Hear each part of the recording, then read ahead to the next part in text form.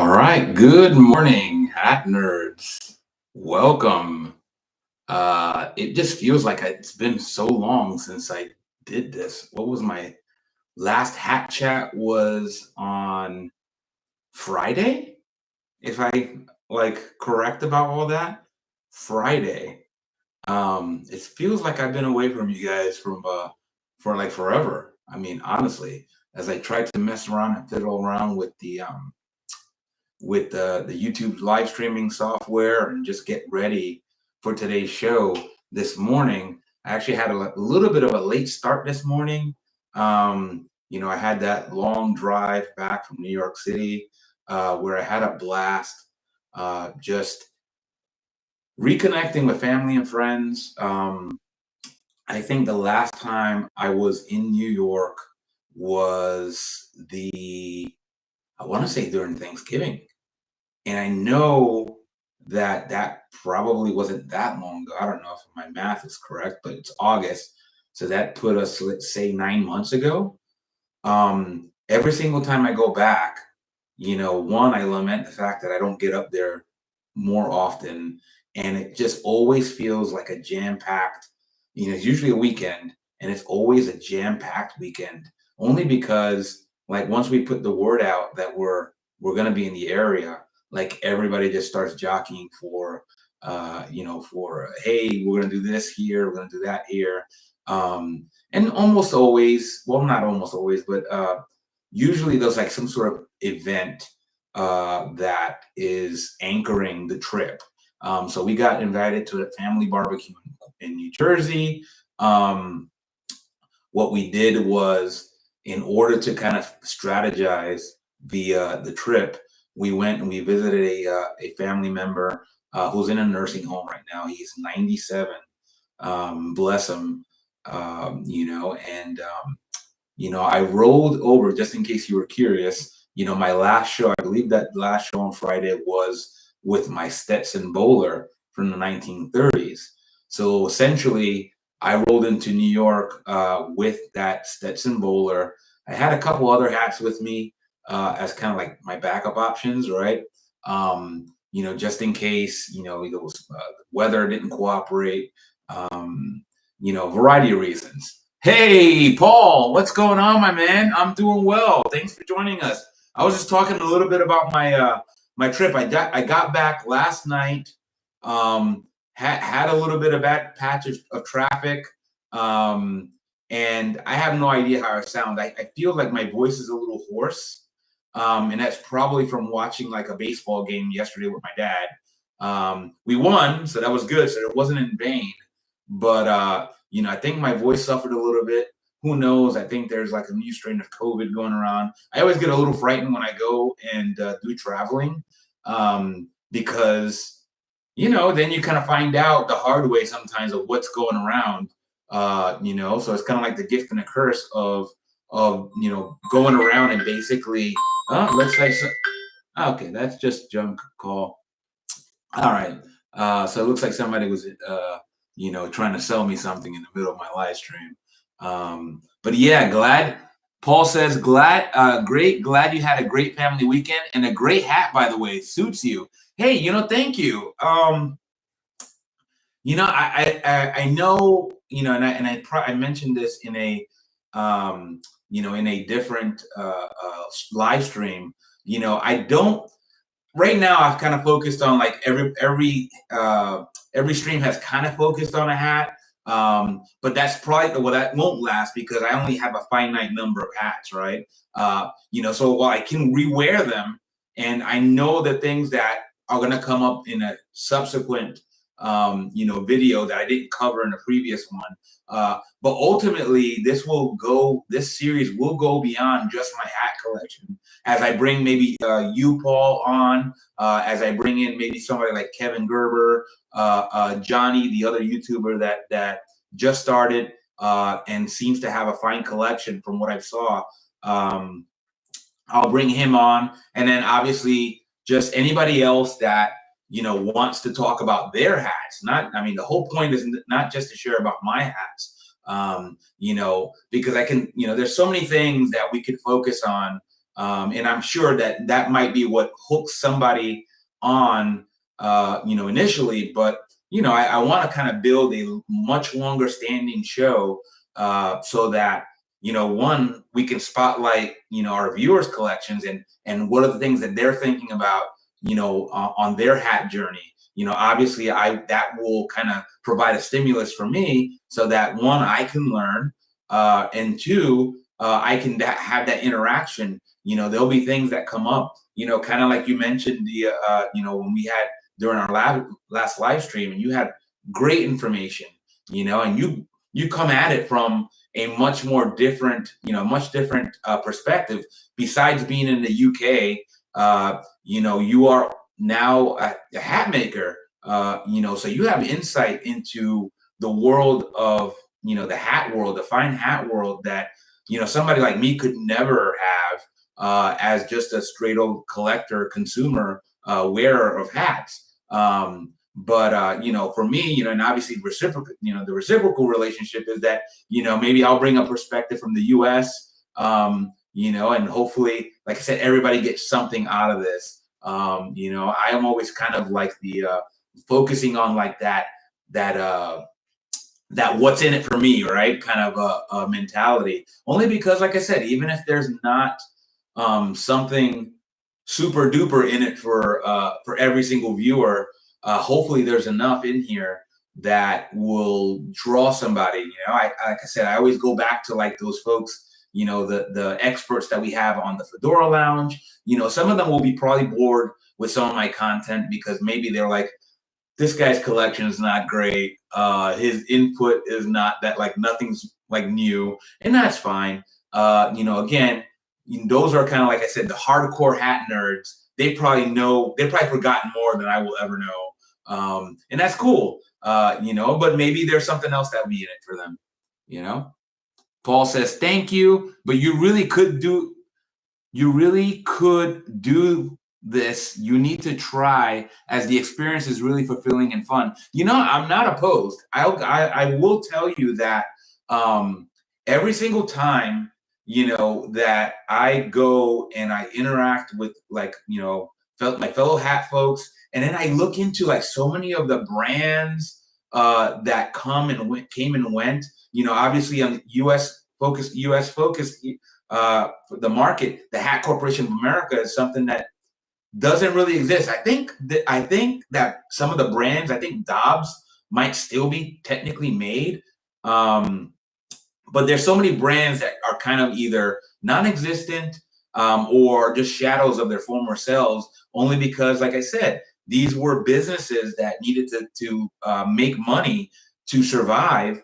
And besides the fact that supply and demand curve, right? So you can only have so many hat companies, when there's a small community of hat consumers that can support them. That's why I always mention, like I mentioned on Friday, is that we really have to get out there and support hat makers like yourself, Paul. Hat makers, wow, there's just so many that I probably wouldn't be able to Havud, all these folks that are still doing it, and because we want it to still exist. I mean, I want to. Maybe somebody else doesn't give a lick, but that's okay. I care, because we already seen what's happened when that shift happened in the hat wearing industry. Paul says, I think maybe the future is in boutique hat makers who specialize in specific styles, etc. Agreed. One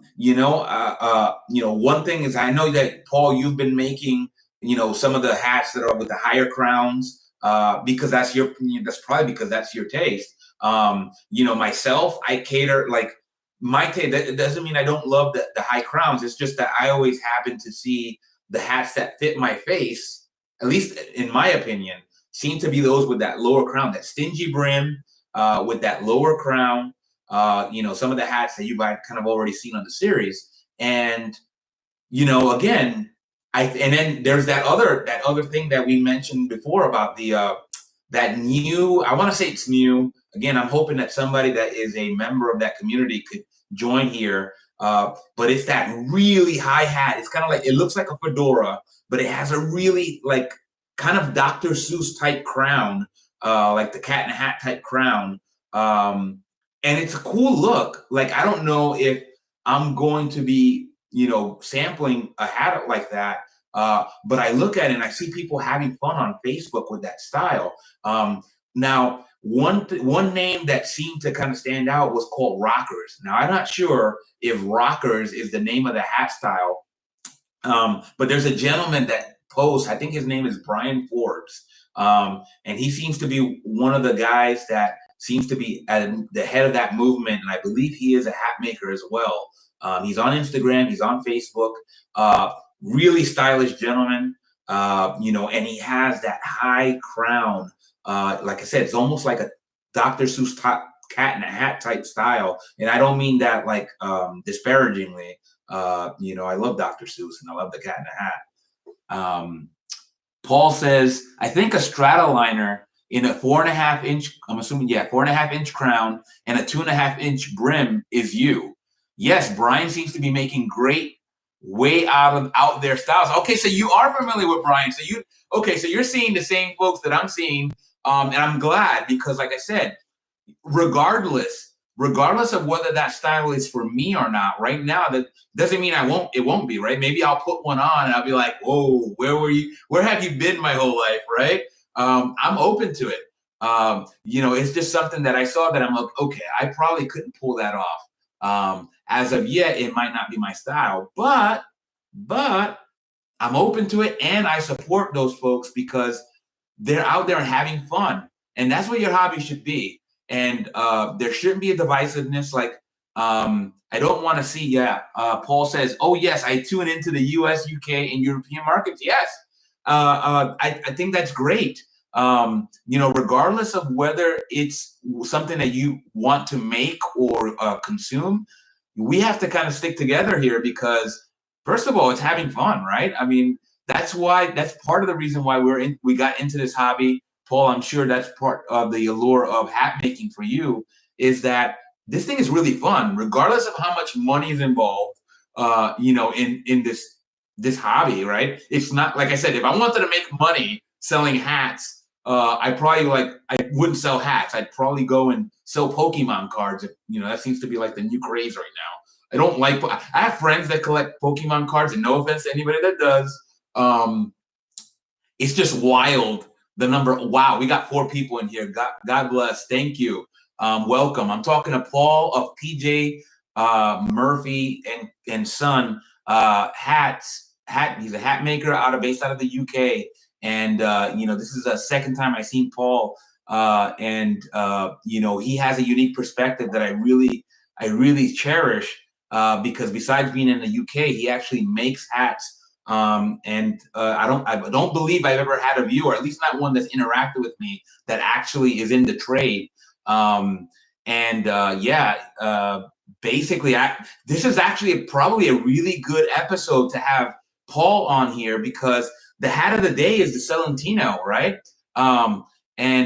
This is my only Selentino hat. And anybody, like, I think the folks that kind of are in the know, when they see the Selentino, they kind of get that, okay, Europe. Even though Selentino is technically a US-based brand, the felts that Selentino employs are very much European, and they have a connection to, I'm going to say, Tonak. I don't know what the pronouncement is, but I'm going to call them Tonak, based out of the Czech Republic, right? Tonak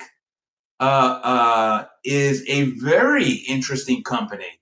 Wow, even the name Tonak is probably not, we're not reaching far back, right? Tonak is a name that probably developed in 1949, post-World War II, because essentially you had a really big revolution in that country, right? So again, I will probably butcher some of this history, but for those folks that know more can definitely chime in, Paul, you included. But we're talking about a hat company that has Germanic roots, right? Okay, I got a little bit of getting a little bit of a freeze here. Let's see if it'll unfreeze itself. Otherwise, okay. Am I coming in through there, Paul? Just want to make sure. I saw it kind of freeze. Hey, I got 5 people on here. Welcome. We're talking about Selentino. We had a little bit of history of we started a little bit of history. Okay, perfect. Thank you, Paul. Kind of talking about the historical basis for Selentino. Now, Selentino itself is a U.S.-based brand. Their parent brand are Selco Hatters, right? Selco is a brand that has really rich history, U.S.-based, but is also tied to Europe. And I love this, right? Because you kind of know that I'm kind of a little bit of a watch nerd as well. Maybe not as much as my hat nerdery or my hat nerddom, but like Hamilton, for instance. Hamilton's a great brand that has Swiss roots, but also American roots as well. It's kind of a blend of roots. Selentino is very much like that, right? So Selentino, I think the brand itself, the name Selentino, probably started around the 1990s, and it was kind of started by the Selco Hatters, group. But Selco Hatters itself dates back to Brooklyn in 1898. Again, the felts that were supplied were by the predecessor of Tonak. Remember, we just explained that Tonak started post-World War II in 1949, and what it was as the Czech Republic, or I guess Czechoslovakia. Again, I'm not an expert in anything, but essentially, as that communist regime started post-World War II, and the Germans, lost, and what essentially was a lot of the hat making that existed in Czechoslovakia, I'm going to say, was nationalized, right? So you had two of the main hat makers in the city of Novi Jičín. Novi Jičín, Czechoslovakia, had 2 primary hat makers that existed that had German roots. One was Hukel. I'm probably butchering that. The other one was Pesher. Those were the 2 primary hat makers that were world renowned in Czechoslovakia at pre-World War II. And by my assumption is that those 2 were providing felts to Selco in the U.S. Prior to World War II, and essentially that was the basis for the Selco brand of hats that you saw domestically in the U.S.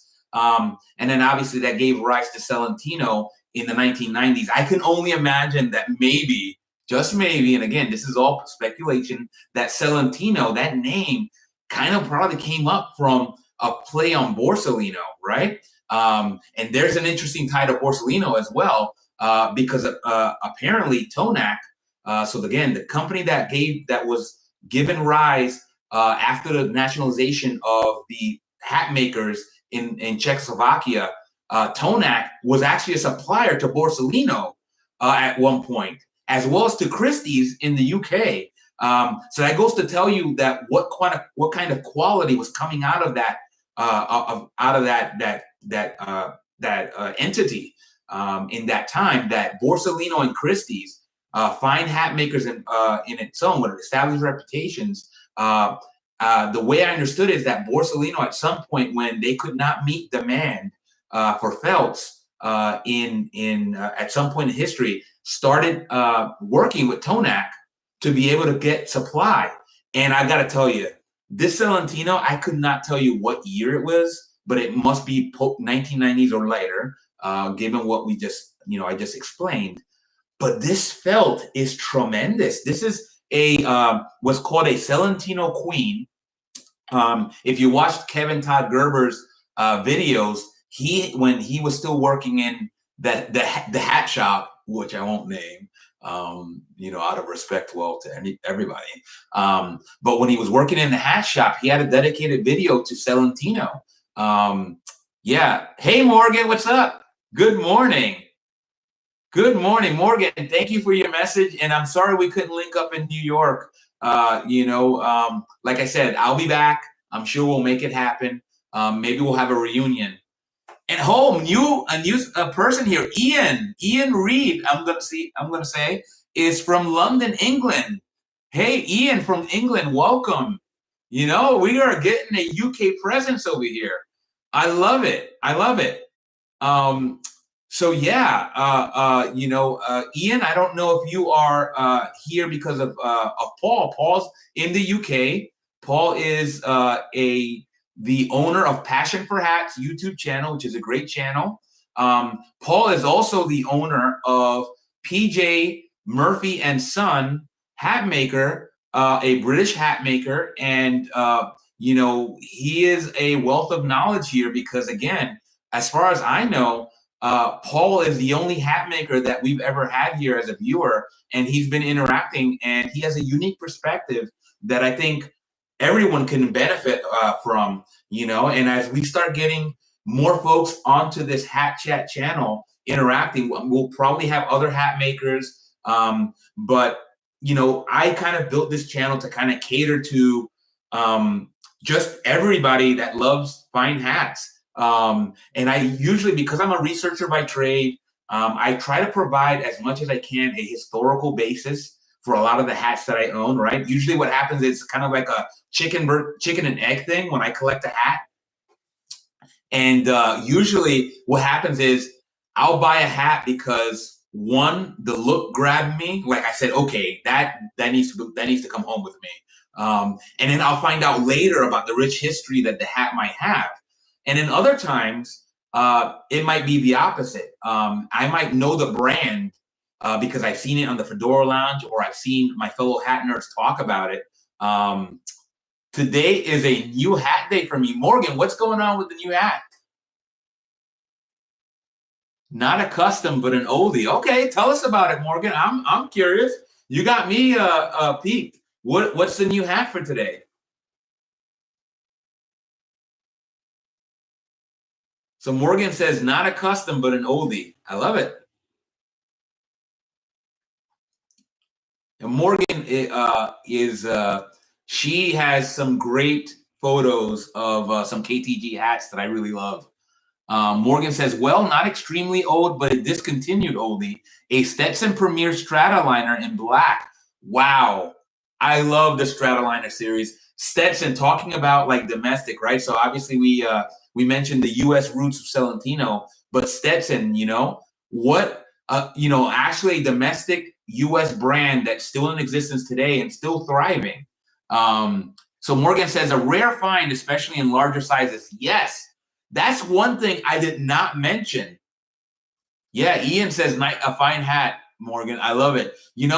I got to tell you, one of the many jewels that I got from Kevin Todd Berger and his channel. So if you're not a subscriber to Kevin's Hats and Guitars on YouTube, he's got about close to 40,000 subscribers. And I think a lot of us here kind of know Kevin or know of him. But one thing that he mentioned was hat sizes. Hat size is anybody that's been in this game for any kind of length of time. We know how difficult it is if you're in the vintage game to get a larger hat size. That's one of the niceties of collecting modern hats is that you have, well, especially if you buy it brand new, you stand a better chance of getting that hat size that you want custom for your head. But luckily, my vintage nerds have figured out ways. So like if you buy a big hat, you have ways to shrink it down. Obviously, there's hat stretching if you want to go the other way, right? But these are all things that we'll get into. I'm not into hat stretching, but I know folks do it because, well, if you're in a vintage game, you need to hat stretch, right? There's a lot of hats out there that are built for smaller heads. And besides the fact that sizing can be off. But they're dedicated hat stretching videos. I think Kevin has one. And it's one of those things that you have to go about carefully. I know Paul could probably speak about that ad nauseum because he makes these things. And I'm sure there are caveats that go into the process of stretching a hat, right? Because we know that everything's kind of connected. Paul says, I do deconstruct, stretch, and rebuild for people. Yeah. And I mean, like, I think that's something that has to be done with some skill. I know we have hobbyists that will stretch their own hats. I'm sure after you kind of do it a certain number of times, you kind of develop a process, just like anything else. But I know that those folks, and I'm one of them, that collect vintage. For me, I think, like, because I don't like to have a huge collection, I would just buy hats, the vintage hats that will fit me, that I know will fit me, and usually that's 57 centimeters and larger. So I'm like, my hat size is usually about 57 to 58 centimeters. This one right here is a 58 centimeters, and I'll stick to that. Now, if there's a hat I really want, I'll try to make sure that it is in a that range or higher. So I'll go up and I'll buy hats up to like 60 centimeters, maybe even a little larger, only because, one, you can always add the little things to the lining. Like, I have like little pieces of felt that I'll add inside that will shrink the hat down a little bit. Or if it's really large, then I'll just give it to my dad, Yeah, passion is John. Yeah, I believe Paul John. I mean, I'm guessing that's the Paul. You can answer that. So Paul says the other problem is that older hats do shrink over time. That's great observation. That's something that I knew that I forgot to mention. Yes, excellent. Let me just make sure I didn't miss. So Morgan's got a new Stratoliner. That's awesome. Morgan, enjoy it and wear it. Obviously, wear it in good health. Stetson's an awesome hat. That Stratoliner is classic. Morgan said a hat shop. She got it at the hat shop here in New York City that still has stock. Was that Bencraft? I'm assuming, Morgan, that was Bencraft. And shout out to Bencraft. I did not get a chance. I didn't get a chance to check out Bencraft hatters in Brooklyn, New York. It's a little bit ways away from where my mom lives, in that kind of the like that border of Brooklyn, Queens. So I couldn't make it, but Steve, if you're out there and you're watching, I will get there, and I'll probably visit over there with Morgan, given that Morgan, that's kind of her stomping grounds. But yeah, it says, Morgan says, I wish they had my size in that beautiful Cornhill color. I guess it wasn't meant to be. Yeah, you know what?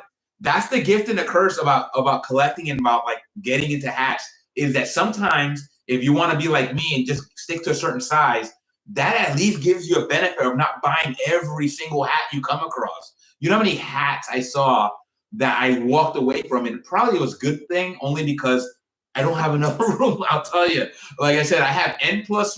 I have more than one, less than 100 hats, and it's more like 30. And I'd have hundreds if I didn't like provide some kind of breaks on that hat, Oh, Morgan said it wasn't Bancraft. Okay, it's a store on Orchid Street in Manhattan. Not entirely friendly place, but I bear with it to get a gem of a hat. Hey, Morgan, good on you about that. I talked about that. We got a lot of curmudgeons in this. I'm not gonna say a lot, but they exist. We got folks with some short fuses, because personality differs, right? You can't, even though, there's a lot of great folks on here, but what happens? Negativity bias, right? And that's why I really wish that some of the folks that were out there dealing with customers realized that you might have like a sore attitude because you just had a bad, New York City, we know, is a big place. It's a tough place to run a business. And they might run into so many bad actors that come in causing trouble, that what happens is you come in there and you kind of inherit some of that heat, but it shouldn't be that way. I used to work with police officers, and some of the best police officers that I'd work with, the older ones, would talk to the younger folks, the younger officers, and they'd say, listen, I know that you guys are gonna, deal with a lot of nasty characters out there, but please hit that reset button when you go and when you interact with a new member of the public, because you never know, that might be the only interaction or the first interaction that person has with you as a police officer, and you could be coloring their perception of police officers for years to come. And I think I found so much truth in that. And I feel like our hat makers need to take that same attitude, because you never know, that person might walk into your store once, right? They'll walk in there once, and if you don't treat them a certain way, unless they really want the hat bad, right? Morgan said, they're not the friendliest, but I deal with it. Unless they're a hardcore customer like Morgan and willing to look the other way, you could be like, forget you. I'm never gonna go here again, and I'm gonna tell everybody else about your shoddy treatment. I think we're that small of a community, and we know we are. Although I think we're decent number, we're a smaller niche community, and I just don't think people can afford to do that. Or maybe they can. God bless you if you can afford to like treat people like crap. There's that reputation amongst diners. Like, I'm a big fan of diners, like the American Diner. And we always talk about Flo, right? Like Flo is like a character from, I believe, Mel's Diner is a show from like the 80s. And they had a one waitress called Flo, who was a famous character that would be really rude to customers. She was kind of like Carla in Cheers, right? If any folks that watch Cheers, Carla was the one that would be really rude to customers, and sometimes they love her for it. But I don't know how well you can get away with that in the service industry, in any industry. Is I'm going to be really rude to you, and you're going to love me for it. I just don't think that's a good business model. But anyway, Morgan says the aforementioned stores astronomically raised prices compared to the market, especially on discontinued models. I was lucky and only charged $25 over MSRP, a fine trade-off for an old model. Hey, Morgan, you hit the nail right on the head in terms of like some of the things that we deal with as collectors and as connoisseurs, is that sometimes you got to really pay to play, right? When you really want something bad enough. And that's the thing, is that everybody's financial situation is different, right? Some people, they're like, I don't care. I won't buy a vintage hat because, well, I don't want to put something on my head that belonged to somebody else. And that's fair. Unfortunately, the flip side, if that's one of your parameters around collecting, then you have to be prepared to get a little bit more of a price gouge, right? Like PJ and Murphy and Son, I saw their website. This is no endorsement from, I don't take any money from Paul, but I went and looked at Paul's website. His prices are really reasonable. Now they're all in euros, I believe, or Paul, is that correct? I think the prices were in euros. Maybe they're in the pound. I don't know, but they're not in dollars. But they struck me as really reasonable for the quality pounds. So they were in British pounds, and they were really, really reasonable. At least to my perception. Again, I have not been to the UK. I'm not as familiar with the British pound. But when I saw that, I'm like, okay, that's a fair price for the quality of craftsmanship that I'm able to observe from Paul. And but in the grand scheme of things, if you're able to afford it and you're not gonna stop eating lunch and you're not gonna stop eating dinner, so you can enjoy your fine hat and you can get it, right? Everybody, like, we're kind of a kid like in a candy store and we get that hat. I know I am. I don't know, Morgan, if you're the same way, but when I get something, I kind of I get it and I'm like, if I don't wear it right away, I will get home, snap my photos, right, for my own personal collection. Sometimes I'll snap photos so I can post on Facebook and on Fedora Lounge. But I'm like a kid in a candy store, and so I get home with that hat that I had to have, and I'll go and I'll like, hey, we reunite, we're united at last. I talk about like how I kind of talk, sometimes I treat my hats like they were living, things. I don't think I talk too much. Maybe I'll say something here and there, as I'm brushing them probably. But that's the thing. We get that dopamine hit, and there's nothing wrong with that. Like it's kind of like getting tasting that a great piece of cake, right? That's another thing. I had some great cake when I was in New York City, and I get that same feel. It's kind of like that comfort that you get from getting that new hat, or maybe that old hat that's new to you. And you're like, man, I really love this. This is what I needed. And obviously everybody has different amounts of room in their collection, different amounts of, ability to do that. But that's kind of like the kid in me just can't stop doing that. Morgan says, most definitely, Luke. And Paul says, I must admit, I still stay up to the early hours making a hat for myself when a new felt selection arrives. That's brilliant. I love it. It's something in this, right? So our brains respond to stimulus just like anybody else, right? And just like any other animal. And there's an enjoyment that we get that our brains, like, it really hits. And I call it the dopamine effect. Maybe somebody that knows more about anatomy says, actually, Luke, it's something else. But I call it the dopamine hit.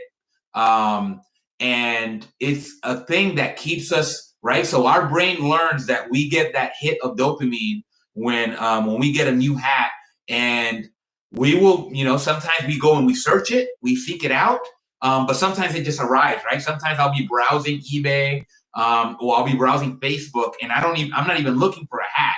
I'll be looking for something else, but somehow, some way, eBay knows that I love hats, and they'll shoot out a post of a hat that I have to have, and then I'm like, yep, and I'll buy it.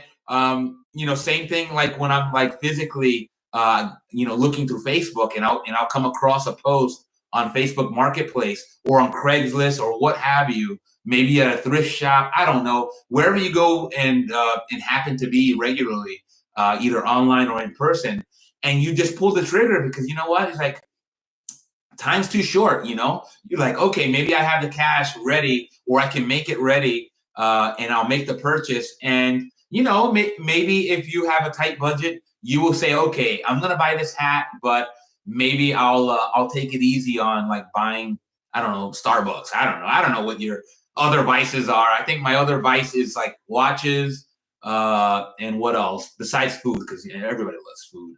I mean, I don't think I'm going to cut my food budget. I try not to let my hats impact my food budget, but maybe my watch budget, or something else, Yeah, Morgan says, I love Stetson felts. Yeah, Stetson has a great reputation. And, there are folks, again, that won't touch a Stetson that's a modern Stetson. They're like, it's not the same.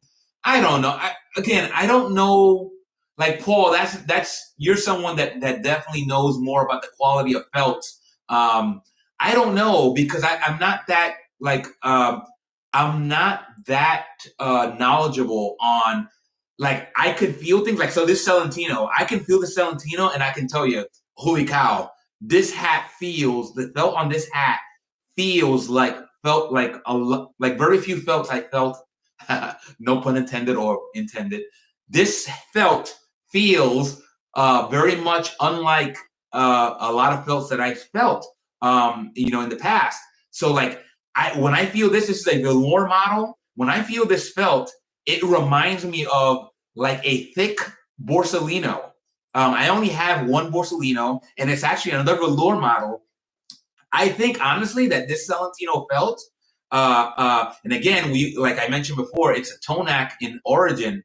I feel like it's even thicker than the Borsalino, and it's pliable. Like I added this teardrop shape already came with the hat, but I kind of just massaged the front dents here, and it seems to kind of be holding. It probably would need a steaming to like really set in, but again, I told you I'm not into steaming.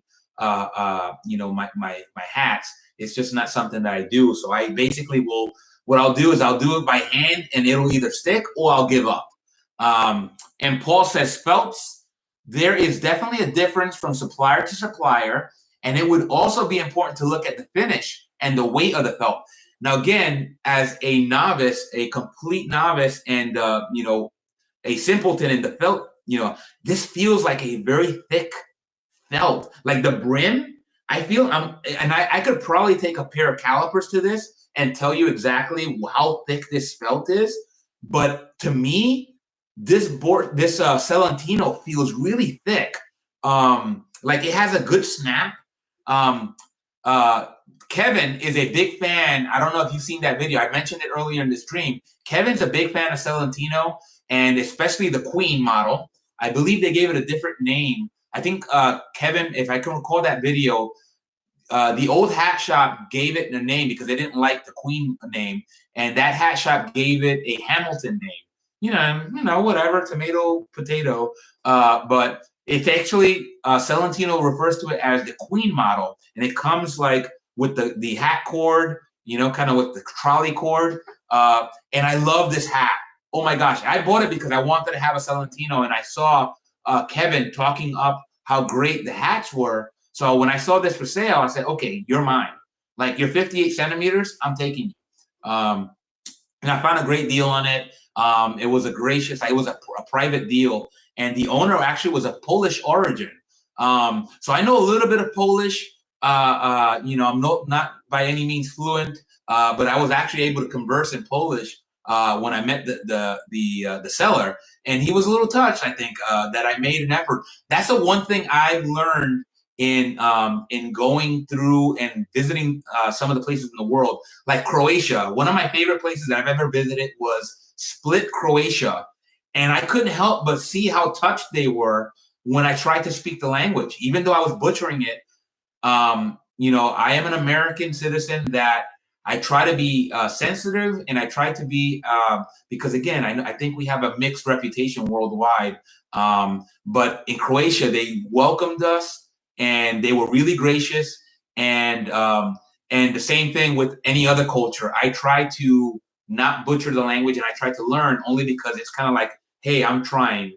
And everybody's usually really gracious. So I did my best Polish. I did that, and I took it home, and I was pleased as punch. Let's see some of the more comments here. Let's see what Ian says. I like it when a hat is open crown and I can bash myself. Ian, I completely agree. Morgan said the same thing, and so did Paul. For me, the best thing in the world is an open crown, right? So I had a Borsalino, and I had a Borsalino velour. I still have it.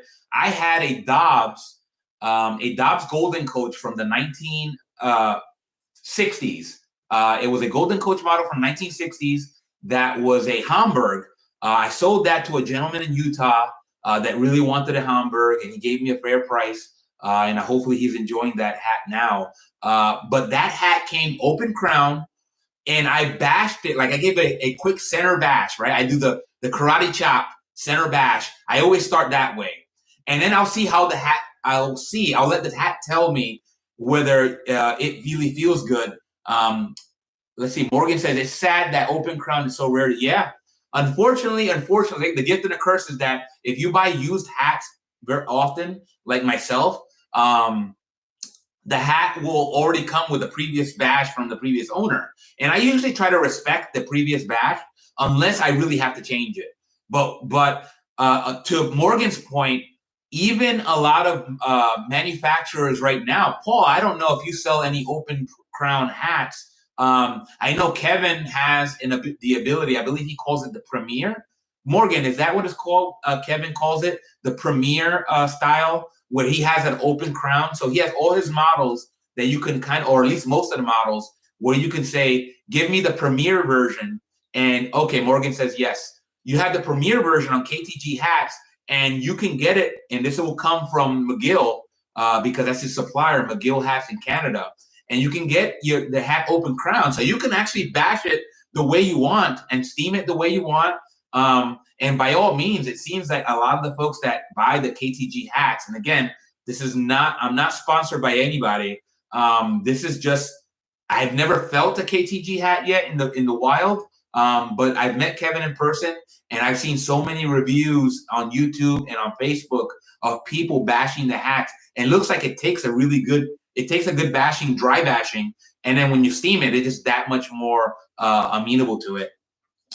Okay, Paul says no, not currently, but it could be offered. Need to look at maybe 2 heights of crown. Yeah, so Paul, if you guys weren't here, Paul makes hats, really reasonably priced hats. Again, I'm not endorsed by PJ Murphy and Son. He's a viewer. He's a YouTube content creator and is a great person, a great ambassador to me for this hobby and this and basically, in looking through a lot of the styles, Paul said he doesn't currently offer open crowns, but he can do it. And Paul's a big fan of the high crown, kind of like the folks that are big fans of Kevin's nostalgia hats that are really the 5-inch and higher type open crown. A lot of people are big fans of that look. I'm a fan more of afar because I don't think I have a lot of high crown hats, but I've seen it and it really looks sharp. It's for those folks that are a fan of like the nostalgic look from the U.S. I think the 20s, 30s, and 40s, and maybe some of the 50s were the high point in the high crown hat. And kind of like we mentioned before, not to be a broken record, but the U.S. hat style started waning towards after that era, after the 50s. And crowns, when they existed, they started getting lower. And by a lot of folks' definition, that's when hats became lower in quality. I don't know. It depends on who you ask. I happen to like the look. I can't vouch for the quality downgrade because, again, I'm not that knowledgeable. But for me, for my face, yeah, Ian says high crown love. Yeah, I love the look as well. Again, KTG hats. If you don't know KTG hats, they have the nostalgia. Paul sells a lot of great high crown hats as well if you're in the UK, but I believe he ships internationally. I think Kevin does as well. But 2 hat makers, again, one is more like Kevin's is more like from McGill. He's supplied by McGill. Paul makes his own hats with various hat suppliers throughout the world, and Paul's hats are actually bespoke. So he's a bespoke hatter, and I gotta think we gotta love both of those, right? There's a room for these bespoke hatters, just like there's room for folks like Kevin, who doesn't physically make the hats but has a great relationship with a quality hatter in a quality company like McGill in Canada, and he's able to offer up to the consumer such a variety of styles. So that's what I love. You gotta love choice. Remember, we talked about the paradox of choice. There is a paradox of choice. There's more hats out there than we probably have money to spend on them. But that's why we want to increase the community, right? So that's why I'm hoping this channel like here will be really accessible to the new folks that are new into hats, and they won't piss off folks that are like, know way more about hats than I do, because I feel like we have to safeguard the next generation, right? So I'm pushing Paul. Hopefully you don't mind me sharing this, but Paul mentioned he was 65. I'm just shy of 50.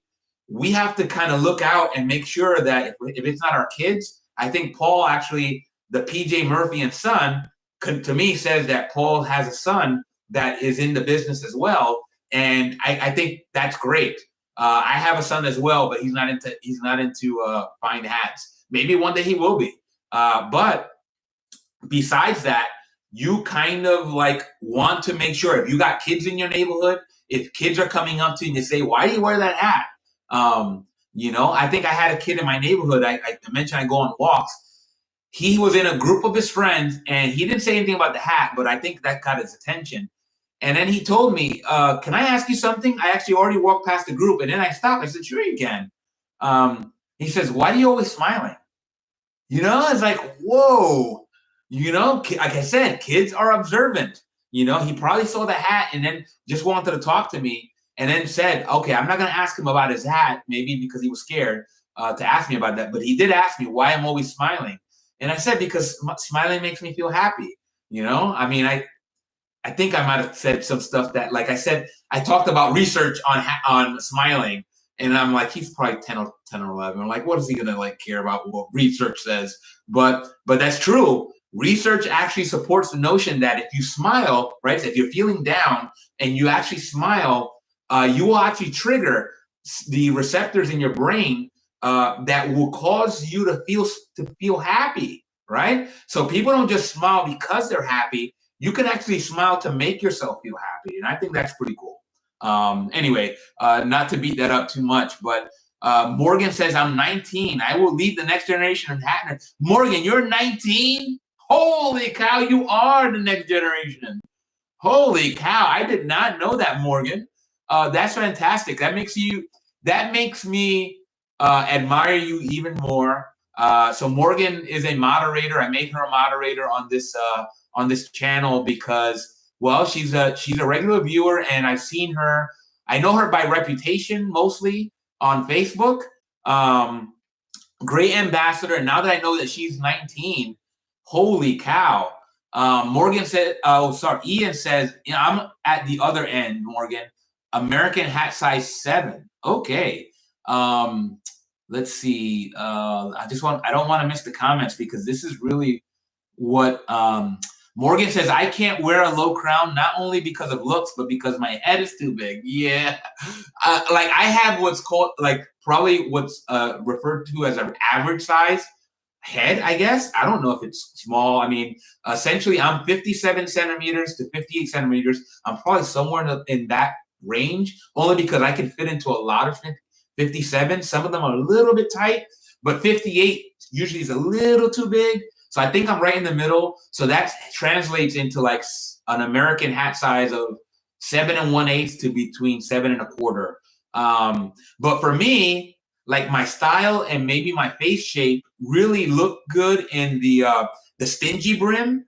I don't know. I really like that look. It's like a very like 60s, maybe 70s look, especially in New York.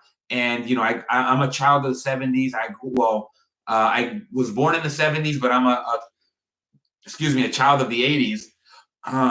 So I grew up seeing folks that still wore hats. They had that low crown look. So unfortunately, I wasn't alive in the heyday of hat culture in the US, but I still love the look.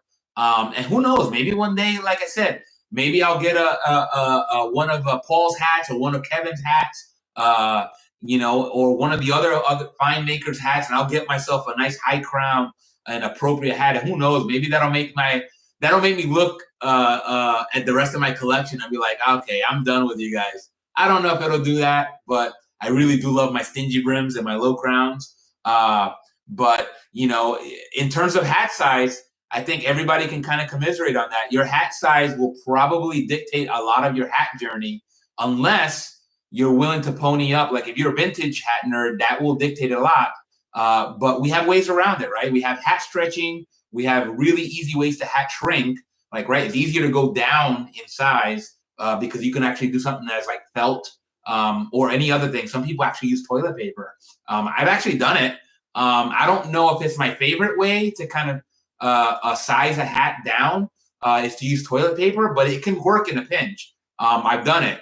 I actually saw that, and I was still a little comical because I'm like, okay, maybe I'm being a little gross, but it's like, just in case you got stuck without TP, you could always take out your hat and you got a supply. But I'll leave that as it is. And, again, them's the jokes, folks, right? It can't all be a material. But yeah, Morgan, okay, Paul says, okay, wait a minute. Morgan revealed that she's 19. Wow, I'm flabbergasted. I love it though. But Morgan says, wow, Ian, so many vintage hats out there you could wear. You have the perfect head size. Yeah, 7. If you're 7 and below, you are in the driver's seat, especially for vintage. I'm jealous of that because I'm like just beyond that. There's so many great hats, but like I said, I think of it as a gift and a curse, right? So like for me, there's so many hats I passed on because they were size 7 that I'm like, oh my gosh, I really want to take that hat and like make it work. But you know what? I just say, like I mentioned before, besides sour grapes, like I didn't really want that hat anyway, which is really a bunch of malarkey. What I tend to do is that hat's going to go to a better home, maybe to Ian's home, right? When I see that hat, and I'm like, that hat is destined to be worn by somebody else. So I leave it. I'm like, it's kind of like catch and release, right? He's like, I could buy that hat right now, but I'm gonna let her go. That will go to somebody else who can like really wear it, maybe as is. And again, we all have our hat journey, and for me, I think there's a home in everybody's collection for every hat, even if it's beat to heck, right? Because I mentioned before, besides folks like Paul who are in the business that can rebuild and resize and reinvigorate an old hat, you got hobbyists that know how to do that. They've learned over time, and now that's kind of become their passion, right? And there's actually a good there's a good benefit to doing that. If you want to resell a hat, right, or rehome a hat, you buy a hat for a song, a really cheap, because it's beat to hell, and you can buy it for a low price and refurbish the hat. So you can learn to do that. I've never done it. Like, bless you if you with Paul and folks that know how to do that. I just don't know if I have the skill and inclination to do that, but I love that people do it, only because if somebody takes that hat and wants to resell it, maybe now I'll buy it, or somebody else like me will buy it, because, well, now it's actually in good shape and like it's not beat to heck, thanks to somebody else. And if they collect a small fee, meaning if they up the price a little bit so they can get some compensation for doing that, I'm like, more power to it. If I can afford the hat, or somebody else can afford the hat, or obviously I have only so much money, but somebody else has the money that will be able to pay for that hat if I can't afford it, then now the hat now you just basically took a hat that might have been, who knows, it might have been destroyed, and now you released a new hat into the world and for somebody else to enjoy. And I think there's something beautiful about that. It's kind of like recycling, right? Let's see what else we got. Thank you, Paul. I'm size 61, 62. Okay. So Morgan, my dad's, I think, size 63.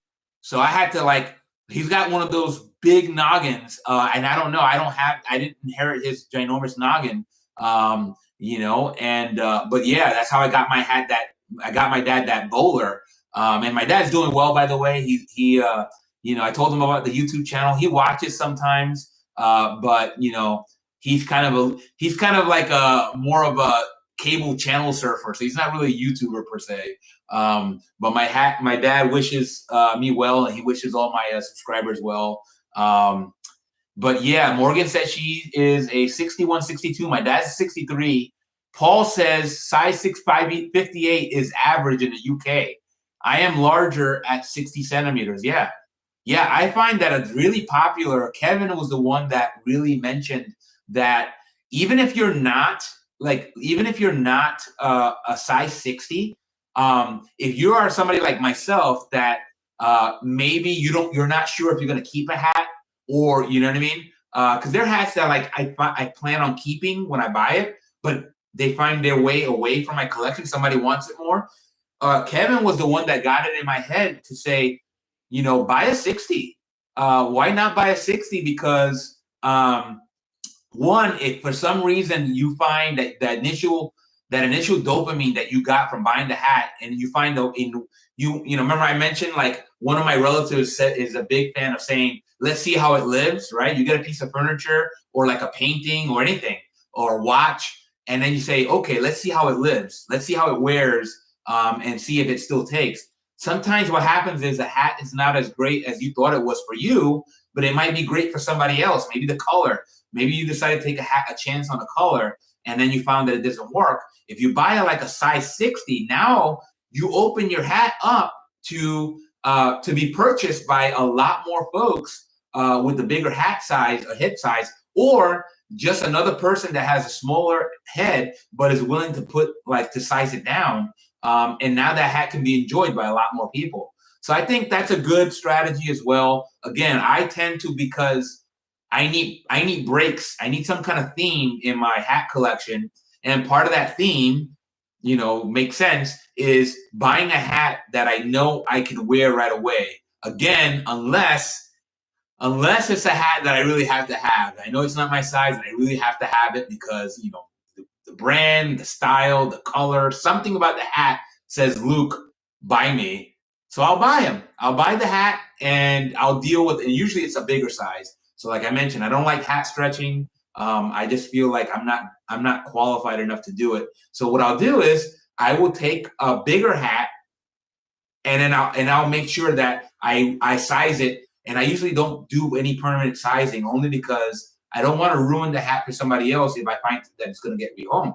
So what I'll do is I'll buy pieces of felt that hold moisture really well, and then I'll line the hat down, and I'll bring it down another centimeter or so, enough that I can put the hat on without it flying off in the wind when I wear it, because I do wear my hats.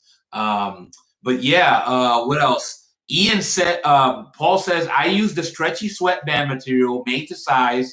Go behind the leather sweatband to reduce the size of the hat. Yes, that's the way. I know some people have a way where they'll go outside the sweatband. For me personally, I don't do that because I feel like that ruins the look. So I will do like Paul recommended, where I would go and I would line the inside of the sweatband, so that usually, because the felt that I use to line is usually a different color. So I try to hide it underneath the sweatband so that nobody can see. Sometimes I do, I don't do a great job of it, and you can still see some of the felt poking out. It doesn't matter, because it's really for fit, not for look. But if I have enough time, I will maybe double down the felt so that I can get a little extra thickness, and I can size the hat down. Plus, I find that the felt material holds sweat really well.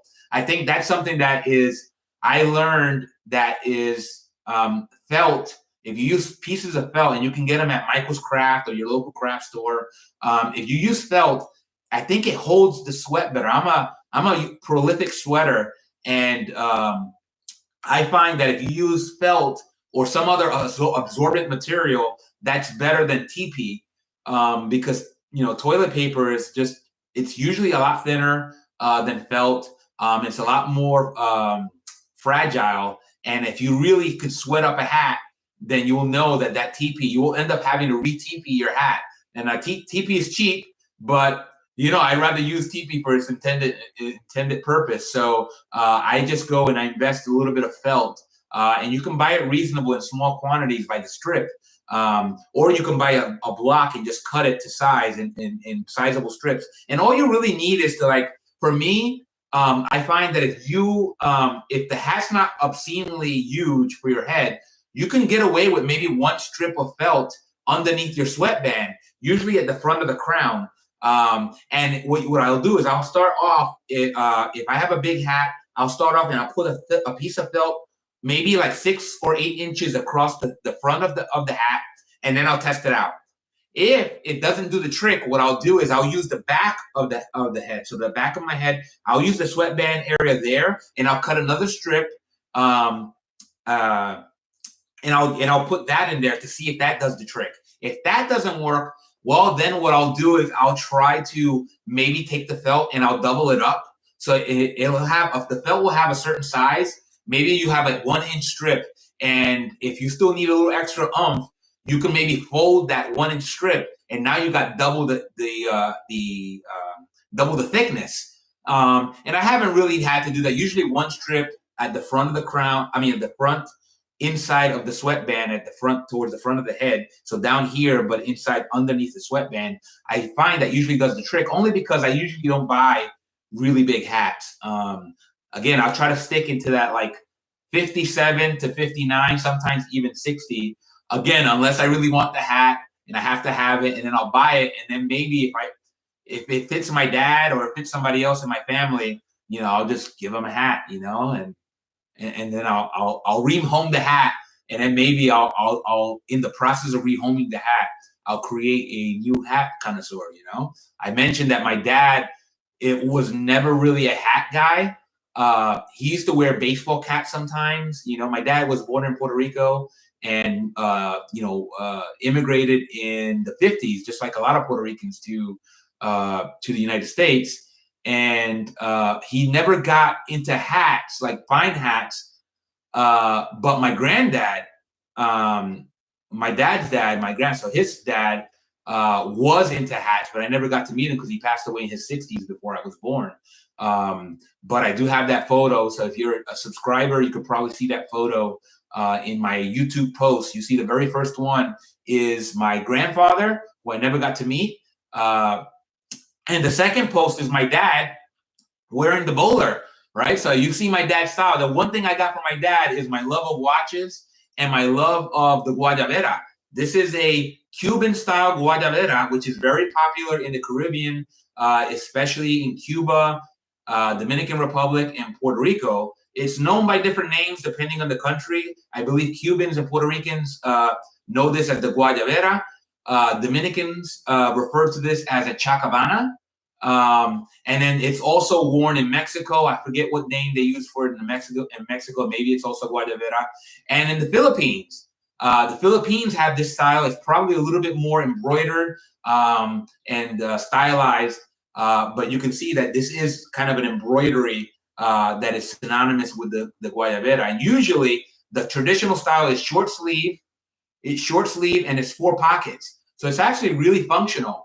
And if you buy one that's made of linen, like this is not a linen one, but I do own 1 or 2 of them that are made of linen.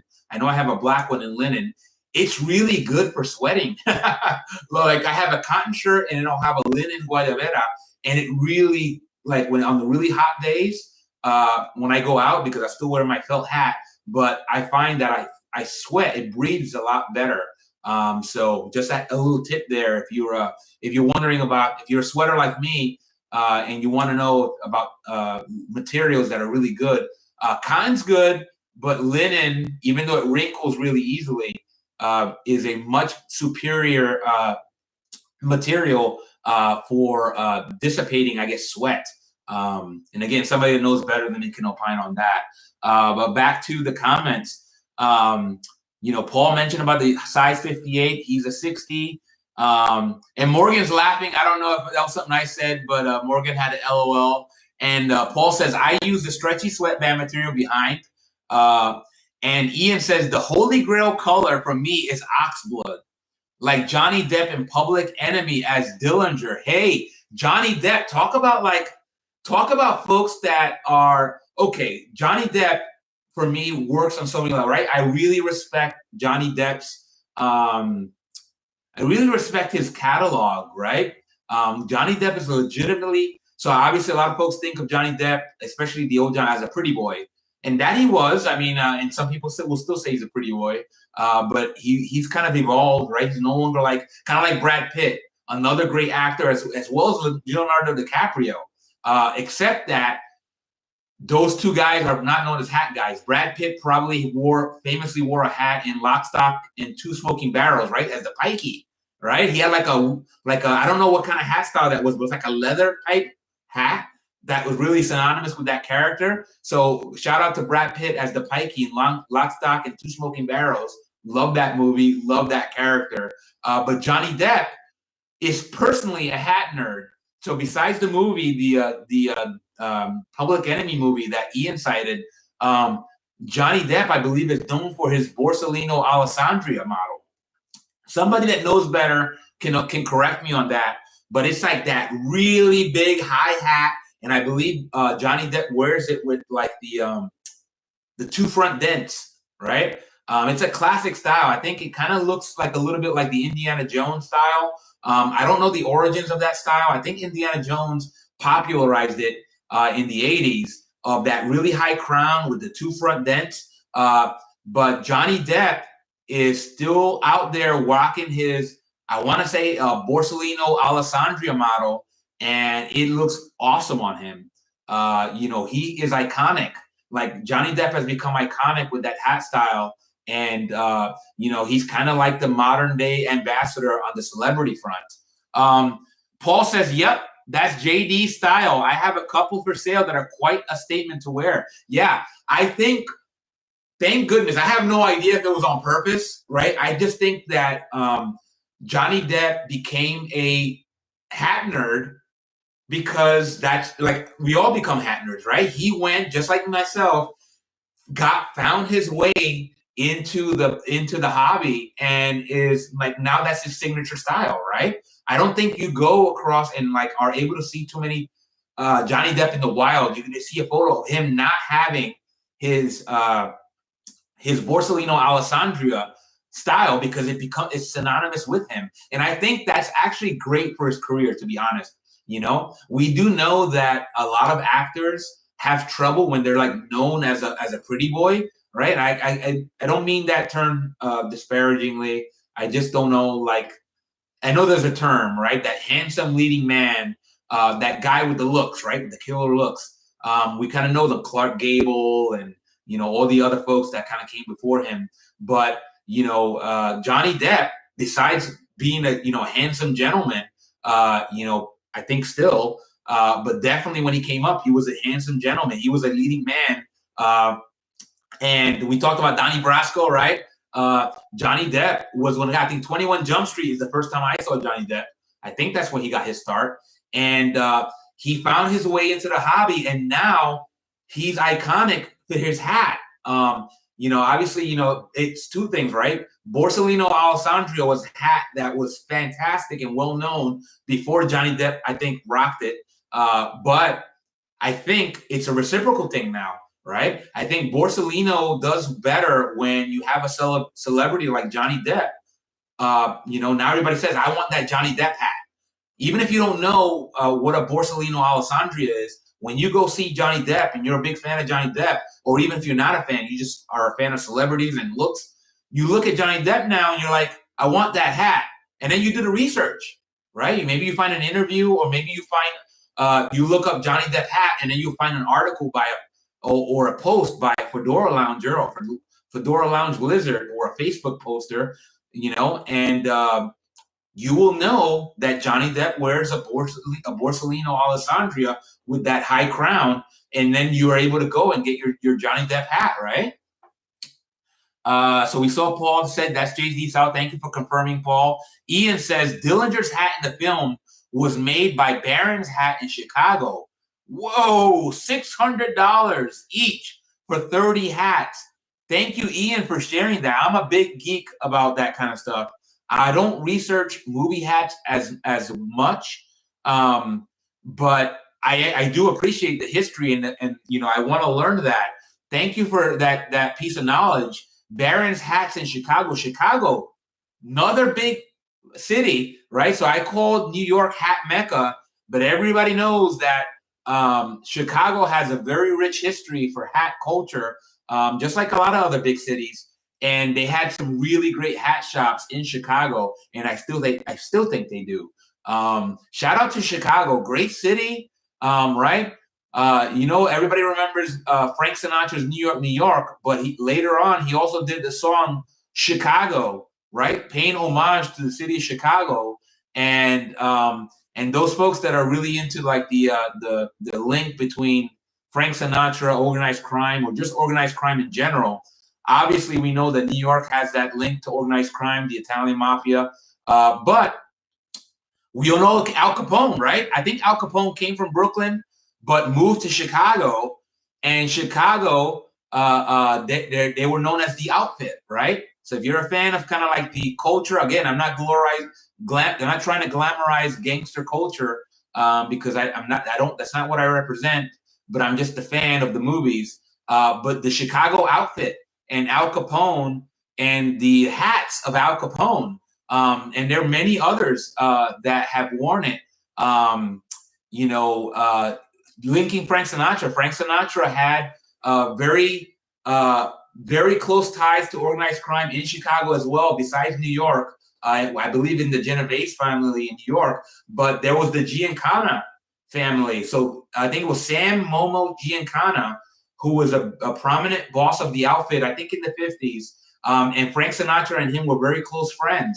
I got to think, I mean, and again, Momo was a name that just like a lot of these organized crime names, they were names that people were called that you didn't say to the guy's face, right?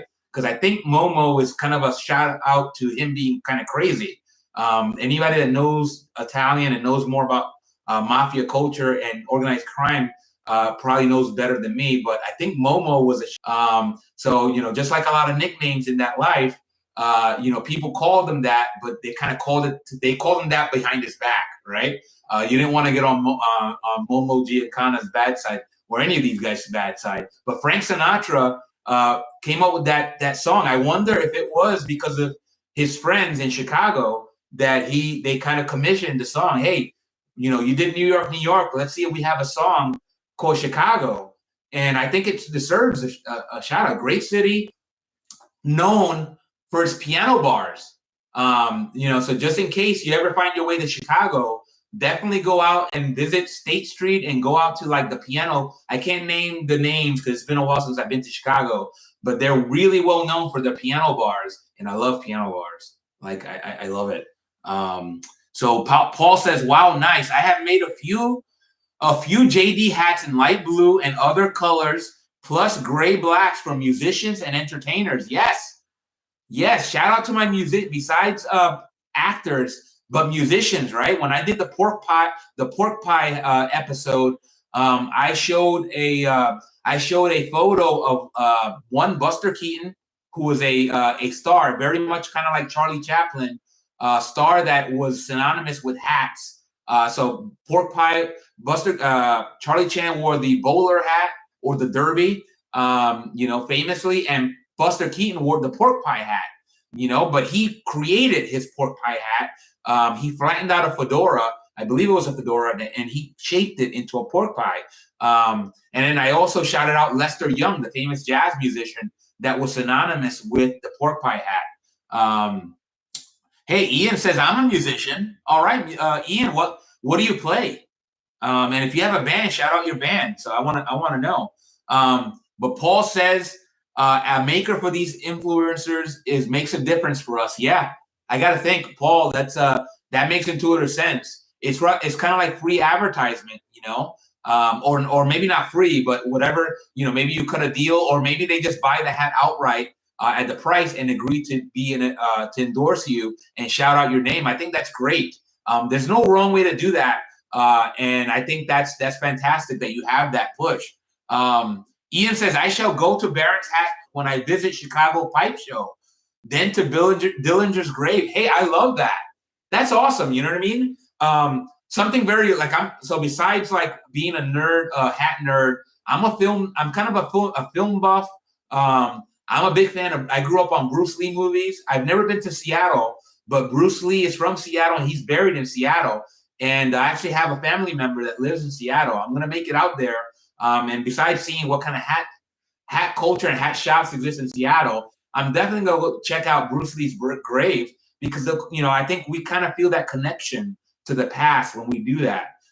So I feel like history is one of those things where besides, like, I feel like everybody is a hat nerd in somehow, some way. There's like a hidden hat nerd in all of us. There's definitely a hidden history nerd in all of us that I think is even more pervasive. And I love seeing that. So Paul says, I usually cut a deal for an influencer. Yeah, I think that's a great, I think that's the way to do it. Not that, like I said, I don't mind paying full price for any hat. Like I said, I don't know if I don't think I'm an influencer, to be honest. I think I'm an ambassador, but not an influencer. I think a legitimate influencer, you know it when you see him. I think Kevin's an influencer. I would call Kevin an influencer. This channel is way too small to even be thinking like that. And I try to stay humble. Like I said, I don't care how big this channel is. I'm still going to be Luke, and I will stay Luke. Luke is like not my real name. Like it's a nickname. But the folks that my friends and family that know me better know my real full name. But Luke is a moniker that I developed since my college days, and I just find that it's easier to pronounce than my given name. But yeah, I will always be Luke of good Lukes. I mean, who cares? You know what I mean? Like, but again, I do recognize that celebrities have a big, influencers that have that name for a reason. They can really enhance your business. Kevin, Kevin has some great influencer stories. I think Kevin at some point sold hats to Nicolas Cage, right? Nicolas Cage is one of those guys as well that he's a hat guy. I don't know what hat Nicolas Cage is more famous for wearing, but I know he's a hat guy. I mean, I know that from two reasons. One, I've seen photos of Nicolas Cage wearing hats, and we know from Kevin that he's been a customer of Kevin's. When he worked at the hat shop. I think Kevin still has his phone number somewhere. I think, have you seen that video? That's pretty cool. I love that. So let's see. So Ian says Ian is a singer for a Fire and Ice band. All right, way to go, Ian. What kind of music does Fire and Ice? I'm assuming that's the band name and not the genre. So if that's the name, what kind of music is that? I'm interested to know.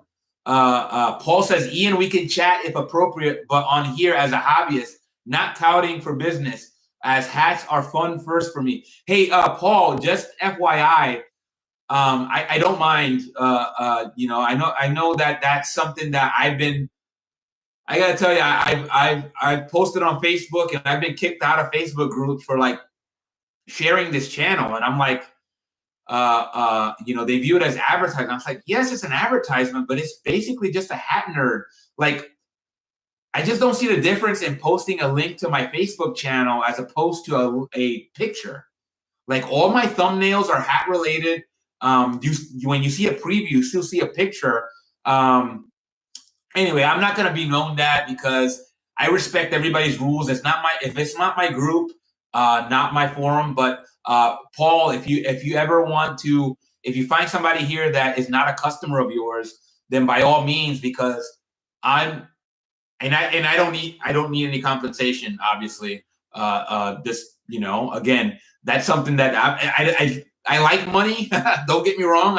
I always say money is not. I love making money. I love doing that, but that's not why I started this channel. At some point, if this channel gets big enough, it'll get monetized, and I'll get some money for that. And I'm not opposed to getting a sponsor. I'm not opposed to getting, a commission or anything like that. But it's like I don't require it. It's not something I'm into. That's not my deal. No, and no offense to anybody that does that. God bless you. However you need to put food on the table or just extra money in your pocket, I love that. I'm not against capitalism. I am a capitalist myself. Ian says fans call it neo folk. Oh wow, I've not heard of neo. I like folk music. In the house here, we have Simon and Garfunkel, which I'm just getting into, to be honest. I don't know if that's just considered folk music. I like, to be honest, it's a little controversial here, but because I have, I don't live here by myself. But what's his name? Wow, why am I blanking? Who's the folk musician? The guy who wore hats. I just saw a documentary on him. Folk musician, and he's great. Who's the guy? He has the voice. The voice that a lot of people get annoyed by, but I actually happen to love it. A complete unknown. That was the thing. Like who's the guy? Okay. Maybe maybe my age is showing now because I can't remember. He's a famous musician. Not Neil Diamond. It's not Neil Diamond. It's the other guy. The guy that wrote. He has like a poet. Oh wow. Somebody's gonna mention him because he's super famous. I just am blanking on his name right now. But kind of like Neil Diamond, but he is known for like "Don't go gentle into that good night." That's one of the lyrics. Come on, somebody mention the guy that said "Don't go gentle into that good night," which I think is a Mark Twain. Bob Dylan, yes, Bob Dylan. Jesus. Sorry for the dropping the J. Hopefully we don't have religious folks. But geez, to correct myself, Bob Dylan. I could not remember his name. I was thinking of Neil Diamond too, but Bob Dylan was the gentleman, and if you've not seen the biopic, yeah, thank you, Paul. Thanks to you. It's a group effort, right? It takes a village, it takes a village to raise a child. It takes a village to come up with Bob Dylan, apparently. But yes, Bob Dylan, he had a biopic that was recently released that I actually watched on a plane. It's called A Complete Unknown. Great biopic. I don't know if you knew this, but besides being a film buff, I'm a big fan of biopics. The Ray movie, Ray Charles, Walk the Line, Johnny Cash, and now A Complete Unknown. There's so many more that I could probably name, but I won't go into. But I'm a big fan of them. A lot of people think that they're hokey and cheesy and full of lies. I don't care. You know, document for me, and I mentioned this on a previous stream. Documentaries for me are things that I feel should be full of factual information, right? A biopic is probably somewhere between a documentary and what was the other thing that I mentioned? There's another term, and I used it before. I can't remember it now. Wow, man, I'm sorry for my, this is live, so it's like I don't have a script, but biopics, love them. I don't care how truthful they are, especially if they have hats in them, which a lot of biopics do, because a lot of them are from the 60s and prior. That's the heyday for a lot of these folks. And A Complete Unknown, I enjoyed it. I'm kind of like a minor Bob Dylan fan. I'm a minor Art Garfunkel fan. Simon and Garfunkel. And I just started really getting into more of that music. I'm a big fan of the Doors and kind of like the classic rock. Big fan of Stone Temple Pilots, who are a more modern band. Obviously, both of those singers are long past. But yeah, I like a lot of music. I grew up listening to rap music. So Run DMC, like this is kind of like a Run DMC looking kind of hat, right? I remember that there's a lot of folks that are new into hats, and they'll think that Run DMC wore a Homburg, but they actually wore just standard fedoras. And also client of Kevin.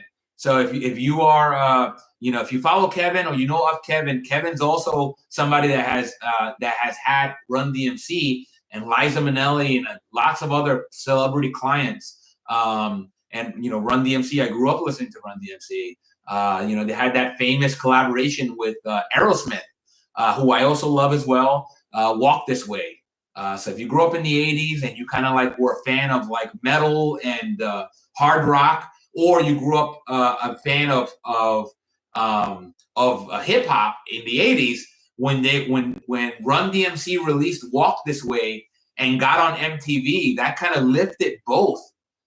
They kind of like they kind of catered to each other. So people that listened to hip hop in the 80s learned of Aerosmith, and people that listened to Aerosmith learned of Run DMC, and I think they helped each other, right? And that's what I kind of hope to do here with the channel, is collaborate with my fellow hat nerds. So with Paul at Passion for Hats, I'm going to collaborate with Johnny. I'm going to collaborate with Kevin, and hopefully these things go smooth. I don't know. Like I said, I haven't used Zoom in a while, Paul, but I'm sure I can figure it out. We'll get on a call and we'll do some, a live stream, and we'll get that done. If there's anything, Paul, that you want to talk about specifically on the live stream, let me know. And then we'll get on and we'll make that the theme of the show. Because again, I'm going to run out of hats. Like I still got plenty of hats to show you, but I can't like create a full show on just my hats. And you can see, like, my point in doing this is to get a conversation started. Like I'll show you my hat and maybe folks come on. That's what happened today. So like the Selentino was kind of like the straw man to kind of get a conversation going. So that's the reason why I do this, because, not everybody's going to want to see my hats. Morgan says StreamYard is a good platform to have multiple people on a live stream.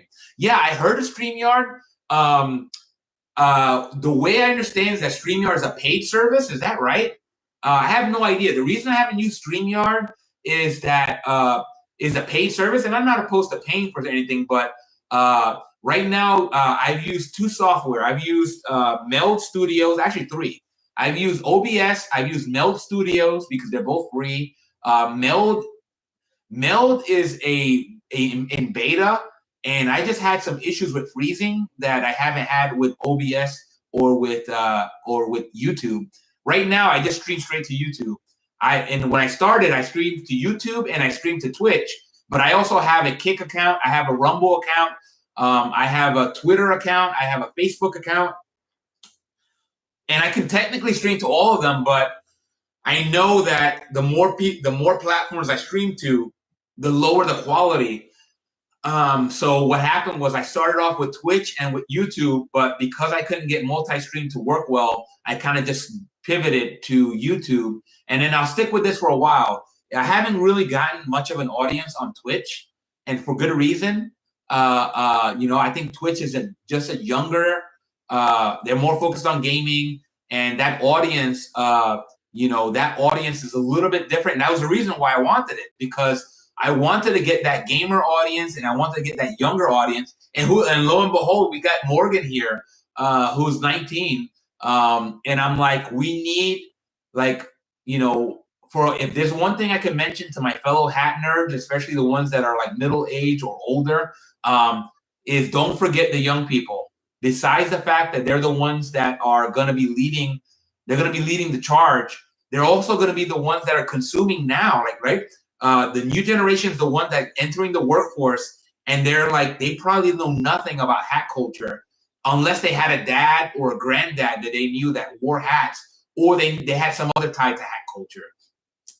It's on us to kind of develop platforms and to develop a business model that includes the younger generation and that we appeal to them, right? Maybe the new generation wants to wear pink hats. I mentioned that rocker style, again, without knowing his name is Brian Forbes, and I think he's called it rockers, right? Rockers to me are, the way I understood it in the style, is a regular fedora that has not just the high crown that we know from the 40s and the 50s and prior, but they have like that steamboat, or that, remember like Abraham Lincoln wore the top hat, that steamboat top hat or steamroll top hat. And this gentleman and whoever else, I don't know who invented it. I'm assuming it was Brian Forbes, and he's leading that movement. But I'm seeing a lot more of these hats of people enjoying and purchasing his, I'm going to say rocker style, that it's a fedora, just like this with the brim, but he has a really high, like I said, and I don't mean it as disparaging, it's kind of like Cat in the Hat, Dr. Seussian height on the, and it really looks cool. I don't know if it's something that would fit me, and I'd get into, but I respect it. And it's a subculture within that. It's like a subculture of, I want to call it fine hat subculture that exists. It's a faction of the subculture, and I love it, and I encourage it, and I welcome it on my channel. Maybe I can get Brian on here as a guest. I don't know Brian personally. We've never really interacted one-on-one, but Brian, if you find your way on to this channel, you also are welcome, and all of your fellow rockers, if that's what you guys call yourselves, are welcome on this channel, as are everybody else.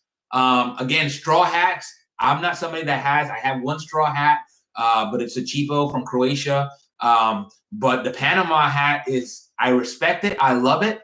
I don't collect them, but I do love a fine Panama. I love looking at it, and I love the people that enjoy it. You're welcome here too. Like, there's no, again, I'll draw the line at like trucker hats and ball caps. Like, it's just not my thing. And I find it a little harder. Like, I come from New York City, and I grew up wearing fitted baseball caps. I'm a big fan of baseball, of the Mets, if you haven't figured that out yet. But I don't, like, I just feel it's different. Different enough that I don't know. Like, I just like my collection, I have to kind of set boundaries on the channel as well. And I'll expand the boundaries of the channel to make sure that I'm not ignoring my fellow fine hat nerds. But I think one of the boundaries will be the ball caps and the trucker hats. I could change my mind if somebody like makes a compelling like plea, but I think like my core audience is gonna be the fine hat community, and that includes the rockers to me. I won't, you might have a different opinion, but I'm including the rockers. If that's what they call themselves, that the Brian Forbes folks. I'm including the Panama hats, the straw hats, boaters. I don't own a boater hat, but I love boaters. And obviously, you already seen that I own bowlers. I own a bowler. I own a couple pork pies. I own the Hamburgs. I own Hamburgs, and obviously we know fedoras are in line. And any of the other hats that I have forgotten that, Lord's hat. I even showed a Lord's hat here by Berg. And you guys, everybody, fine hats. I think you kind of know what I mean by fine hats. Felt in particular, but that includes straw hats and Panama hats to me. Even though they're not felt and they're not the thing that I really love. And crown style, obviously, is no problem. Even if I don't rock a high crown, I might one day, because it just looks so good. I would love to own a Borsellino Alessandria one day. One, because I love Johnny Depp and I love that style. Because besides Johnny Depp, I just think it looks sharp. And then obviously we have Paul's hats. Paul makes some great high crown hats, and KTG hats with the nostalgia, with the really high crown. I love it. I love it all. So yeah, we're gonna get all those folks on here because we really need to celebrate. We can't afford to be too exclusive. I know I don't want to be. If there's another channel that wants to cater that pops up, I'm not aware of one for all of these niches, and they want to do that, that's fine. But here, I want to learn because. Like, nobody says that tomorrow I can't go and then I can't become a high crown person or a rocker person. Who knows? It's probably not like, or maybe I'll become a Panama hat person. That could happen tomorrow very easily because, well, all it takes is me opening up my wallet and saying, okay, I'm going to take a chance and I'm going to see how it lives, right? Like I mentioned, rock it. I'll purchase it. I'll take a chance. I'll see how it lives. And maybe it's not for me. I'll rehome the hat. To another fat nerd. Okay, that probably still be me. I'm gonna be self-deprecating. Besides being a hat nerd, I'm probably also a fat nerd. But yeah, I'll rehome the hat to another hat nerd, or maybe a budding hat nerd that really loves the hat. Like, remember what happened on my early show? I bought a Hats in the Belfry wool brown bowler. And I bought it. It was a little too small for me because it was a medium. It was like right underneath. Like I could squeeze into it, but I couldn't wear that. And I only bought it because it was a brown bowler, because I couldn't find a vintage brown bowler when, at that time. Up to this point, I still am searching for a vintage brown bowler that's going to come home with me. I'll find it one day. Right now, that's my grail.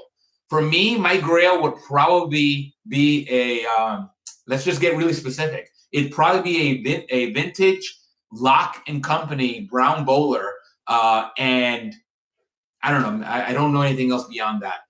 That's like my grail. It doesn't mean I'm gonna stick to, like, I'm not gonna sit around and wait for a Lock to a brown bowler to be the right price and to come home with me. If I find a brown bowler, even if it's not brown, maybe it's some other color bowler. If I find a gray bowler that checks, like, it hits that mark for me, I'm gonna do it because life is too short. I'm not gonna, unless it's obscenely priced. And unfortunately, that's probably why I don't own a Lock right now, because some of the Locks that especially the bowler hats, they've been priced out of my price range. But one day I'll find one. I have faith. That's kind of like why we still do this and why we still keep looking, because maybe one day we find that grail and we just take it home, and I'll make a video about it, right? Okay, so just to kind of see what, let's see, StreamYard. Oh, Morgan said that StreamYard is free for the first 6 people on the panel. Okay, well, that's interesting. That's cool to know. I might experiment with StreamYard. You know what? One thing I am gonna do is I just got a wireless mic. I'm not using it now, but it just came in. Because I know I've gotten a little bit of feedback that my audio can be a little iffy. I think when I rewatch some of the videos sometimes, like, I'll play it back just to see how I sound. And besides the fact that I'm like, okay, I made 25,000 mistakes in that video. The other thing is I noticed that some of the quality, because I'm using the mic that came directly with my webcam. So just so you know, I don't have a fancy camera. I have a little tiny webcam, an OBSBot Meet 2 is called, and I'm using the microphone on it, and I noticed that the microphone is a little sensitive, right? So like my voice kind of booms sometimes, and I also have echoes here. So this room is fairly empty right now. I don't have any hats hanging up on the wall. But if you kept up with me, you'll know that I now have 3 photos. So if you've seen my office from before I moved, I got 3 photos, 3 hat photos. I got on the right, I got the Rat Pack. I showed you that photo in a previous stream, and one day I'll show you a tour of my office. It's not much to look at. It's very plain. You can see I got this yellow wall that I came. The most of the house is painted yellow, and I'm not a big fan of it. But I'm not painting because I'm too lazy. Plus, I don't know how, and I'm not paying anybody to do that. That's hat money that could be doing. All right. So right now you have to bear with this yellow wall, unless I decide to put a rug or something else on it. I don't know, maybe a green screen. Who knows? But right now I got 3 of my. Remember, part of the reason of collecting hats is surrounding yourself with the things that you love. And I love hats, and I don't have them all around. I have all my hats kind of sitting in hat boxes, and some of them are loose out in the room next to me. But I do have my hat photos that I really love. So I have the Rat Pack, which is an iconic scene around the pool table from Robin and the Seven Hoods. It's a movie from the 50s. It's not a great movie quality-wise, but it's got great hats. And I think, if you want to kind of see some hat movies, that's one of them. Obviously, Borsellino, the French movies. There's a original and a sequel. Great hat movies, like some really nice tall crowns in that movie. So many hat movies. King of New York, if you want a modern-day gangster movie, has some great hats. There's so many more I can rattle off, but I won't. Obviously Godfather and whatnot. But so we got the Rat Pack up here on that side of the corner. On here I have my Rocky photo. You guys saw either from Rocky 1 or Rocky 2, where Rocky has his hat tilted. I want to say it was from part 1 or part 2, but it's an iconic look, right? And some Stallone's like really young. He's got the hair happening. He's got the cross. Remember I told you that part of this look, besides the pie, and if anybody's ever curious about why I rock the pie chain, pie for me is just, besides being kind of like a fan of just mathematics, right? I've never been a really great mathematician, but I've used math and statistics throughout my career as a researcher. But there's something about pi and the concept of pi that just gets to me because, you think about it, it's a symbol of the infinite, right? Right. Pi is 22 divided by 7, and that comes out to about 3.14, and it goes on forever, right? Pi goes on forever. If you got to try to come up with an exact value of pi, you're going to keep going forever, right? Like there's some people that will have contests to see how many decimals of pi they can rattle off. I'm just going to go with 3.14, right? But the idea is that this pi is a metaphor for the infinite, and what, for me, I think of infinite potential, right? Besides the fact that sometimes we feel like, the potential of collecting can be infinite, which can be, right? You can never own all the hats in the world. That'd be kind of sad world. But our potential with this hobby and with life in general can be infinite, right? Or at least we like to think of it, right? So Luke is probably, if Luke wanted to go and become an NBA basketball player or a professional baseball player, that's probably not going to happen. I don't think Luke has that, and now I'm talking to their person again, but I would not have the potential to do that as much as I like to think I could. I cannot. But there's so many other things, like when Paul was talking about getting into hat making, maybe Paul, I don't know what year, Paul, how old you were when you got into the hobby, Paul, into the business of hat making. But my guess is that you were older. And who would have thought maybe at some point in your hat journey, you might have never, hey, Morgan, oh, have a great day, Morgan. Cheers, Paul. Oh, okay. Paul's leaving. Sorry, Paul. Have a great day. Thanks for joining us. And Paul says, I have to go now, but please let me know the next session is, and I will be there. Bye to all. Bye, Paul. Thank you so much. That was Paul from PJ Murphy and Son, and also for Passion from Hats. check out his YouTube channel, check out his website.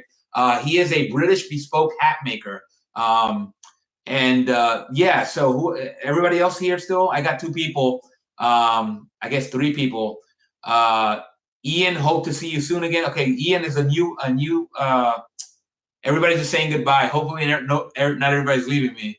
Anyway, I was just talking about pie because I got on a pie rant about why I wear the pie. Okay, Morgan's here. Okay, maybe Ian's still here too. But yeah, so that's kind of the reason why. So just in case anybody was curious and learning about what the heck is the pie all about, because sometimes people will see me out in the wild with my hat on, maybe a hat like this, and they'll see the pie chain and they'll think that essentially it's like a religious thing, that I'm Jewish or, follow some sort of Jewish sect. Not that there's anything wrong with that. I just don't want to pretend to be something I'm not. So I will kindly just say, no, that's not the case. But shout out to my Jewish folks out there and potentially Jewish listeners. That's another culture that is. The hat is a prominent fixture of the hat of the Jewish religion, right? So a lot of the Orthodox Jews will wear a fine hat, usually black in color, but also I think brown is allowed.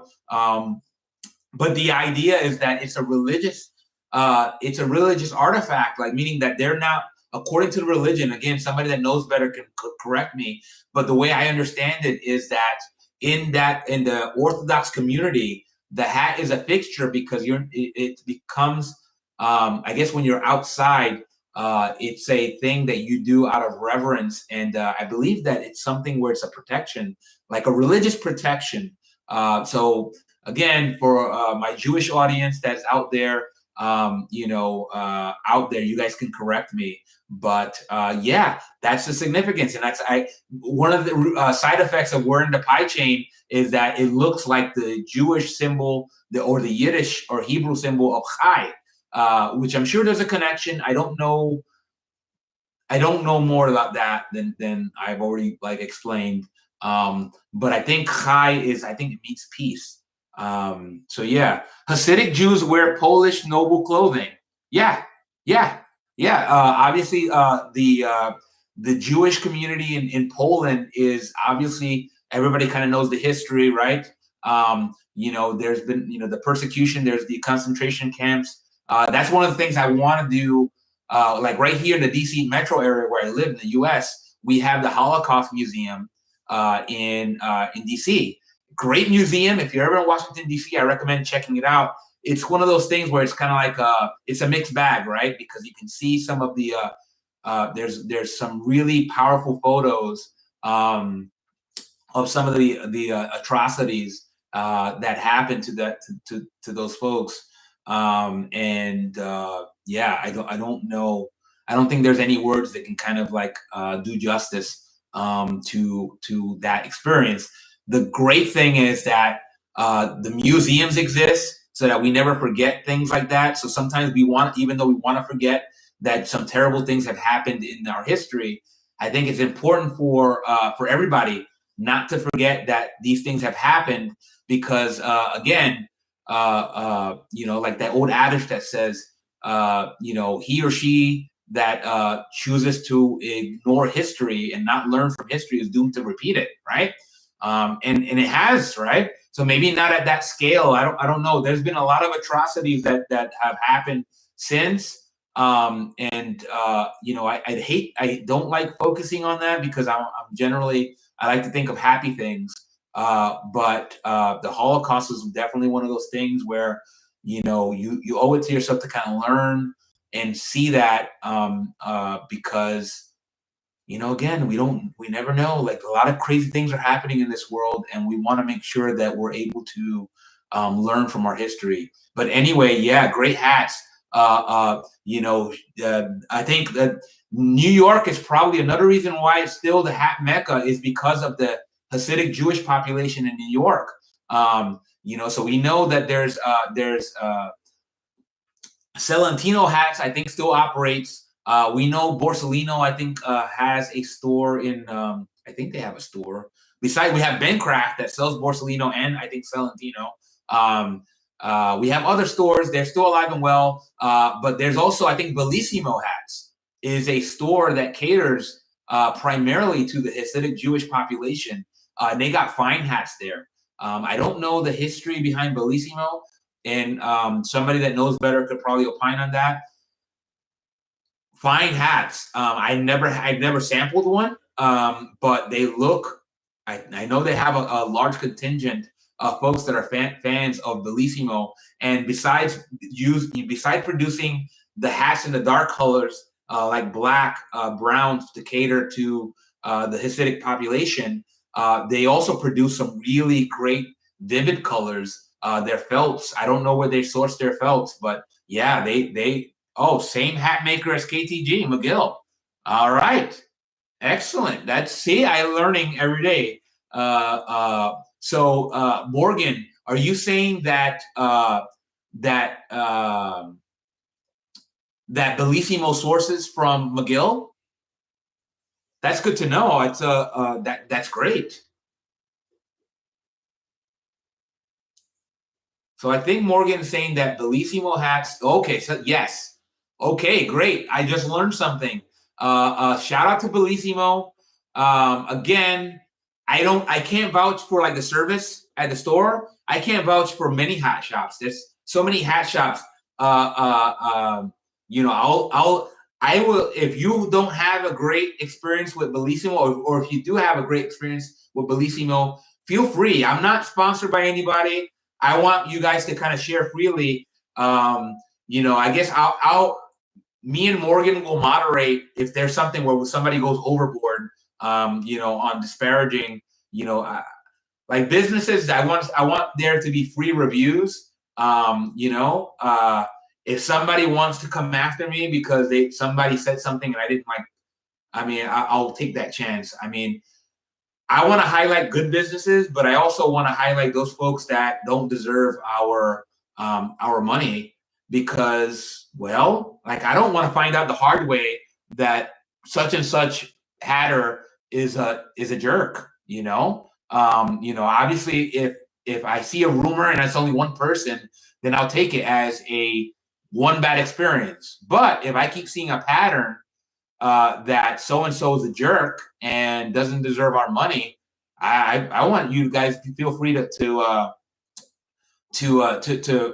make that happen, to make that known here, because you might be saving somebody else some money, and maybe you can point them in the direction of somebody that, like, you know, maybe somebody like Paul, somebody like Kevin, you know, folks that really kind of deserve our support, and especially me. I mean, I don't want to just hand my money over to some jerk, you know, and I'll find out the hard way that they were a jerk.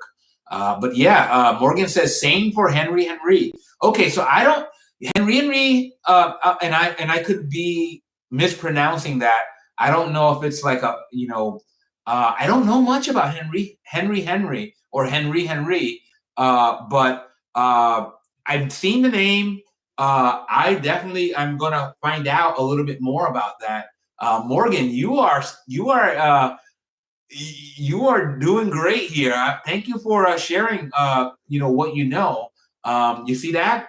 It goes to show you, like, right there is why we have to kind of grow this community. Morgan's 19 years old and providing input that, you know, us older folks. I didn't know this. I mean, I'm gonna put myself in the older folk camp.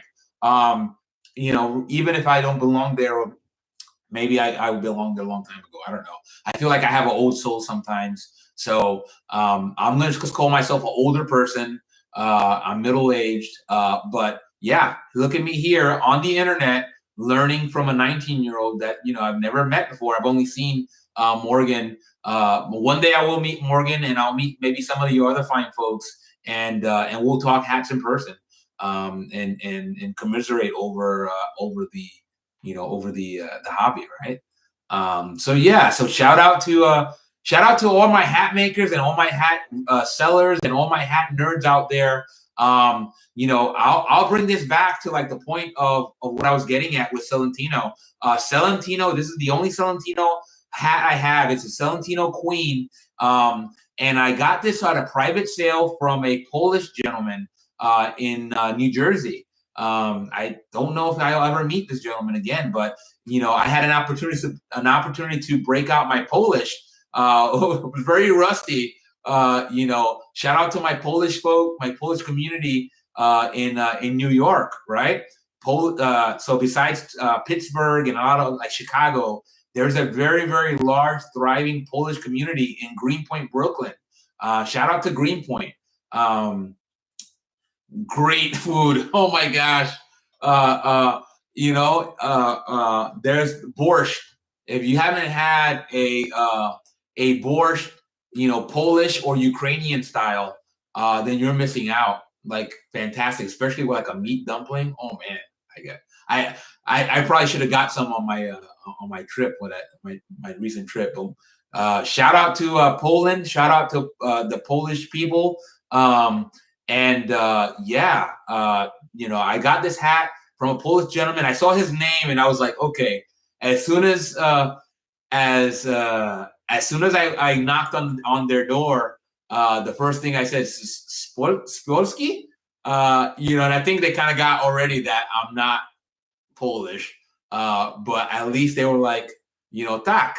The gentleman replied tak and had a big smile on his face because he's like, look at this guy like coming to buy a hat and he's trying to speak my language, And so I belted out the phrases that I kind of knew, we had a little bit of a exchange in Polish, but he also spoke English, so we were able to kind of come out with more of the niceties, and I do better in English. I hope.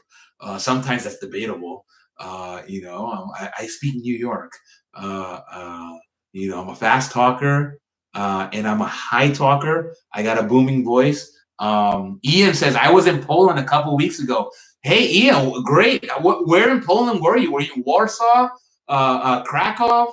Where in Poland were you? I love that. I have not yet visited Poland, but that's on the list.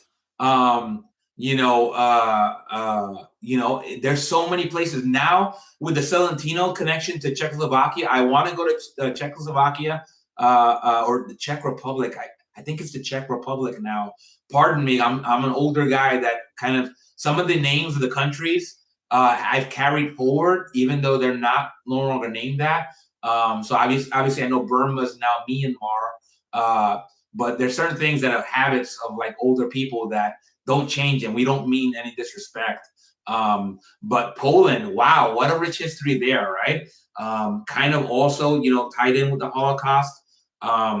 Poland is one of those places that if you talk to like an entertainer, so we lost Michael Jackson, but Michael Jackson was an entertainer that had a lot of love for the country of Poland. And again, not having been there, but having seen some of the infrastructure, by all means, Poland must be one of the most beautiful countries in the world, because it has like a sad beauty, right? So it's very war-torn, right? We know that Poland exchanged hands. You had a history with the Mongols, right? The Mongols invaded Poland at some point. You had various empires, and obviously we know the German influence, on Poland. But because of all of that, like war that they went through, I think the infrastructure kind of reflects that, and it's beautiful. But it's kind of like a beauty that's steeped in sadness, in a sad history of what the country went through. But yeah, Ian says, I was in the former German part, but I'm off to Warsaw in October. I go once a year to Chechnya. Oh my gosh. Shout out to Chechnya too. Sorry, Czechia. Okay, I don't know if you were trying to say Chechnya, or if there's Ian, I'm gonna claim ignorance. Maybe there's a place called Czechia, or maybe that's what Czech Republic is referred to now. But maybe you can correct me. Again, I'm no geography buff. I'm a budding traveler, and I try to learn the history to the degree possible. But I'm reading Czechia. I know there's a country of Chechnya, and maybe there's a place called Czechia. Oh, that's the Czech. Okay, that's the Czech Republic. Got it. Thank you. Shout out to the Czech Republic. Shout out to Chechnya. Chechnya. I'm a big fan of the UFC. Hopefully nobody's offended by that. I believe Chechnya just got their first champion in the UFC, Khamzat Chimaev. So congrats to Khamzat Chimaev being the first Chechen champion for the UFC. Great, great history of wrestling and combat sports. Czech Republic, shout out to you because obviously you have beautiful history. We talked about Czechoslovakia and the history of Selentino is tied to Tonak.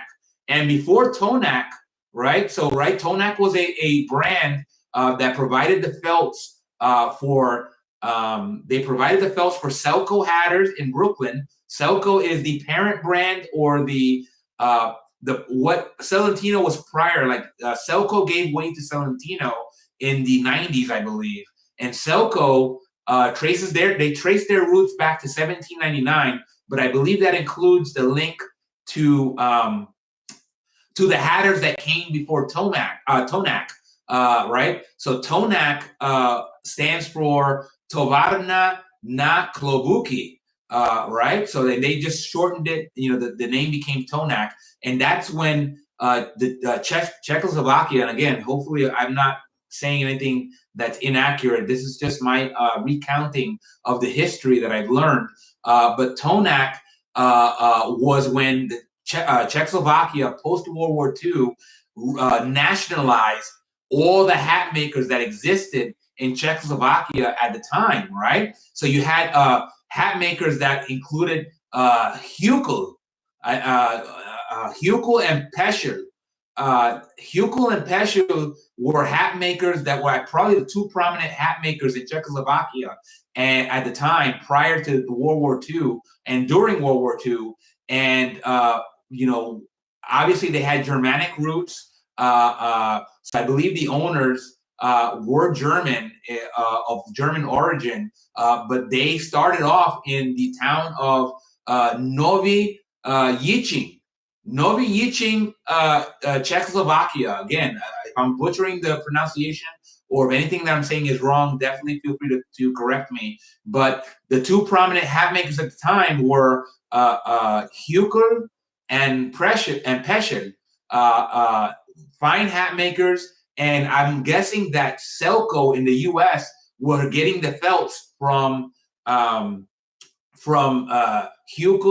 and Peschel. That's again, I'm making a leap because I do know that Selco existed, and I don't think they got their felts. I don't think they make their felts domestically. I think they got them.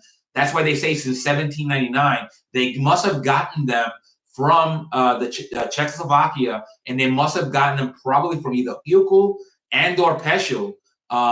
And that's how they kind of imported them, and that kind of made them. I'm assuming they made them in the U.S. So my guess is they got the felts from the predecessors of Tonak, and blocked them in the U.S. and they put them out as Selco branded hats. And that gave rise to Selentino in the 1990s.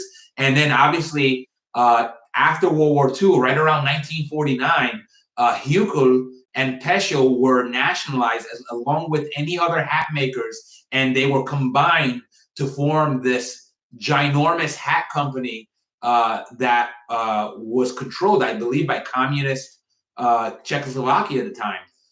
So all those families were displaced, they were excommunicated, and their companies were seized and merged and became what was known as Tonak. And Tonak continued supplying felts, I believe, to Selco after World War II. And as far as I know, it still does. So there's a very good chance that this is still a Tonak felt. I believe Tonak is still in existence. Somebody that knows better can correct me. So this felt, let me just tell you, I have not felt a thick, the thickness of I haven't felt a felt this thick in probably forever. Like I said, it's somebody that knows more about felt. Paul's no longer here, but if I took a set of calipers to this felt, I would imagine that it's thicker than the felt on some of my other hats, and that includes Borsalino. So I think Borsalino is a little bit more pliable. So like this is my Borsalino velour is from the 1970s, the early to mid 70s. So it's a pre-bankruptcy, and everybody knows the reputation of Borsalino and their felts.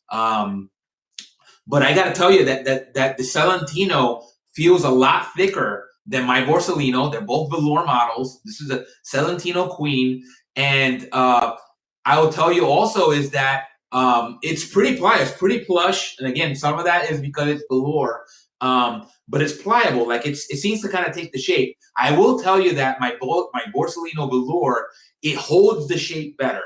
So maybe that's because it's thinner, kind of that thinner felt.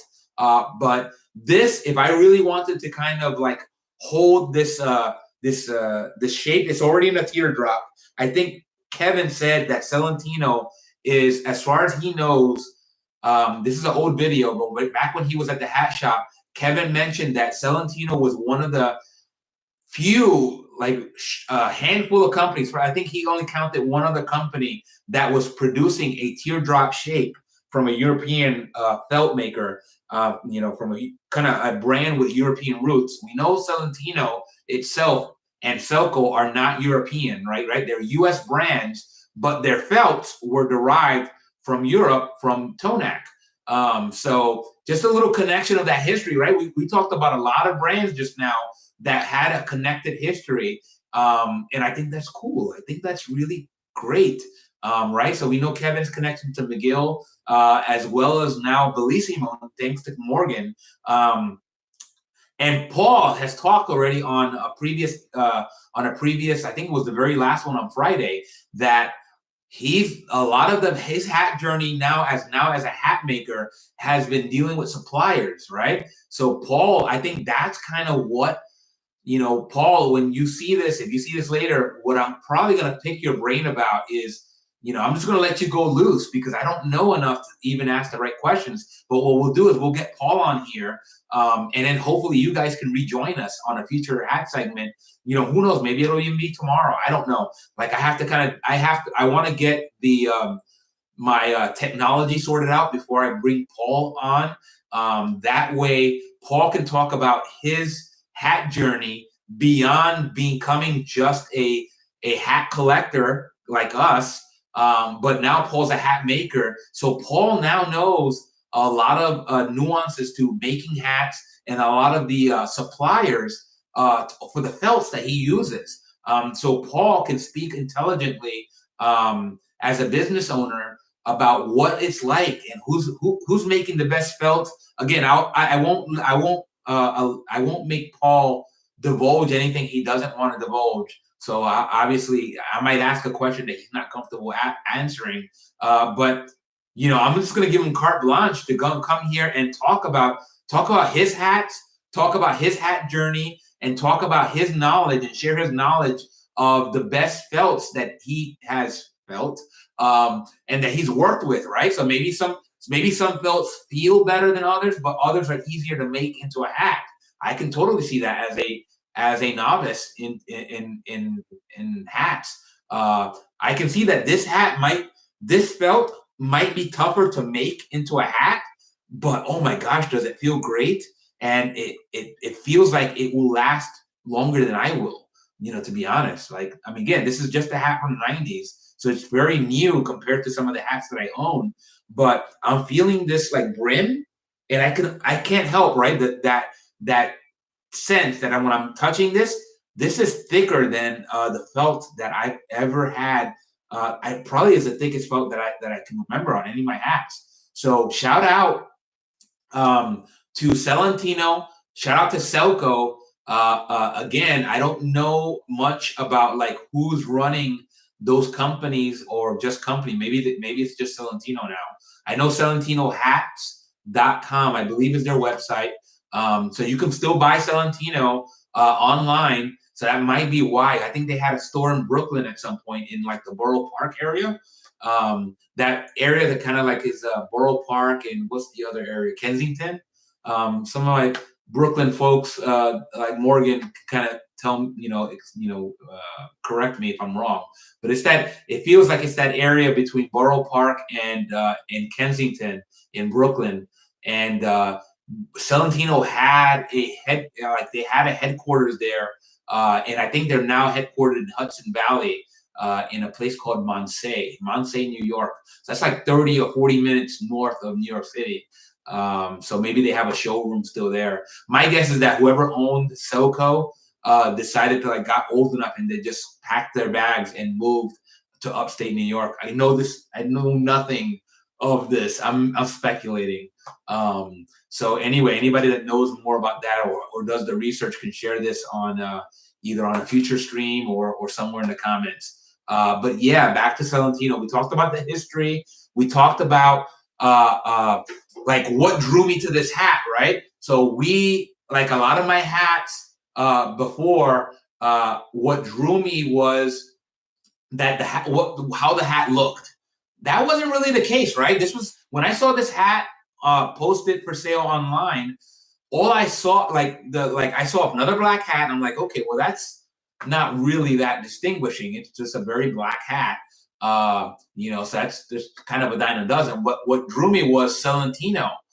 It was a Selentino that I had not owned, and I still don't own another Selentino. I will one day when another Selentino comes my way that I have to have. I will buy it with no hesitation, right? Because this one's so great. This is actually a Selentino Queen, and Kevin, if you look at some of his old videos, he has a Selentino buyer's guide back when he worked at a hat shop, and he said the Queen was his favorite model. So you know what? This is a good segue into showing you some photos. So that's what I'm going to do. I'm going to go and I'm going to try to share my screen. Remember, I'm a junior tech nerd. So sometimes I screwed up. So hopefully this will come through, and I'll share some photos of this Selentino hat. And hopefully this doesn't get butchered. I think we only have one person on, so hopefully if you can see this and you're seeing it fine, you can just let me know if it looks okay. But this is how it looked when I first got it. So you can see it had the same teardrop shape. You won't be able to tell the teardrop from this angle, but you can see it was dusty as all get out. So the owner, the Polish gentleman that I bought this from, had this. Tonak still have a hat shop in the Czech Republic. Thanks for letting me know, Ian. Yeah, this is that Tonak is. If I ever go to the Czech Republic, I'm definitely going to try to check out Tonak to see what kind of entrance they will allow to a tourist. I have no idea. Ian, are you able to visit? If you know that Tonak is still in existence, what kind of, do you have any idea about whether you could still tour the facility, or they have a showroom? I'd love to check it out if I'm ever in the Czech Republic. But yeah, Tonak makes, this gave me, because prior to this, right, all I knew about Selentino is that they sounded like Borsalino. So I'm like, okay, is this just a Borsalino knockoff, right? We know about the history of Borsalino, and that there were different family members, right? So Borsalino, they had a Barcelone, I think is the name. And it wasn't really a knockoff per se, right? You can walk in off the street and view their hats. Perfect. Love it. I love it. You see, this is why I'm learning something. And now, Ian, thanks to you, I'm going to be more likely to try to make that trip, because there's definitely, the Czech Republic is a place that I've always wanted to visit. So shout out to Croatia, shout out to the Czech Republic, shout out to Eastern Europe and even Western Europe, all of Europe. We had the UK represented here in this stream. Shout out to my fellow hat nerds in Europe and my hat makers in Europe. because we thanks to this great good old internet, we can now get together and geek out about hats. So yeah, so this is kind of like a photo. I don't know if I took this photo, or if this was a photo that the Polish gentleman took, but obviously I wasn't going to get scared away by the dust. Dust is not something you should ever really get scared of on any hat that you purchase, because it's a hat brush. You can easily brush that away. Yeah, this is a very pleasant experience. All right. Thank you, Morgan. Morgan, I mean, I don't know. Morgan, this is a question I have for you. Like, how much did you know about Selentino hats before you joined us? Like, is any of this like just old hat, I guess? I feel like Selentino is like a brand that people don't know as much about, at least for our new hat nerds. They don't know it as much as, like, let's say Borsalino. They might get the same impression I had, which was when I first saw the Selentino name, I was like, whoa, is that related to Borsalino? And there is a relationship, right? So I talked about the fact that Borsalino, at one point, you can fact check me on this. Borsalino at some point sourced their felts from Tonak because they could not meet the demand. I'm like, God bless you. If you were selling that many hats that you don't have, that you're running out of hat felt, in order to serve your population, your customers, Borsalino had to go and reach out to Tonak. And I'm like, that's a beautiful thing that they were able to help each other. So Morgan says, I've only earned of the name, or learned of the name. Never seen a hat of theirs online nor in person. Never heard. Okay. Never heard of the name. Again, it sounds like Borsalino, right? So, anybody that has never heard of a Selentino, they could be excused for like having, making an association to Borsalino, but they'd be right that there's a very good chance that if you own a vintage Borsalino, and maybe Borsalino gets their felts from them now. I don't know. Somebody that knows more than me about Borsalino suppliers can tell me whether that relationship still exists or if that's something in the past and when it happened. Tonak, started in 1949, but that's still a pretty long time to be in this business, and that it basically was a connection to two other hat makers and more from the Czech Republic, from Czechoslovakia. Ian says, I have not been in the presence of one, but I knew they were well regarded. Yeah, I got to tell you that I had the same thing, same experience with Borsalino that I did with Selentino. I knew the reputation before I got the hat, right? So I was on the Fedora Lounge, I was on the Facebook groups, commiserating with my fellow hat nerds, and I said, well, I got to try this out. I heard so many good things about Borsalino before I got one, as well as Selentino. And I said, you know what? These are hat makers still in existence. I could buy a new one, but because I was on a vintage kick, I decided to buy them used. And please, this punch. I only have one Borsalino. I only have this one Selentino. Both fine, and they both happen to be velour models. I don't know. Maybe people, owners don't like to keep their velour models, but I love them. I think they feel really nice to the touch. They feel very luxurious. And this one just happened to be dusty as all get out, but luxurious. And this one just happened to be dusty as all get out. But you can see that the gentleman wore it with the brim flipped down, the front of the brim flipped down, and that's kind of a classic style. When I got it, I flipped the brim back up. I tried it with you can see the thumbnail from when I first got it. I flipped the brim down. And I just snapped the photo only because that's how it came. I wanted to kind of see how it looked. I didn't think it looked bad on me, but I'm just somebody that, for me, like I mentioned before, I'm a stingy brim, low crown hat kind of style guy.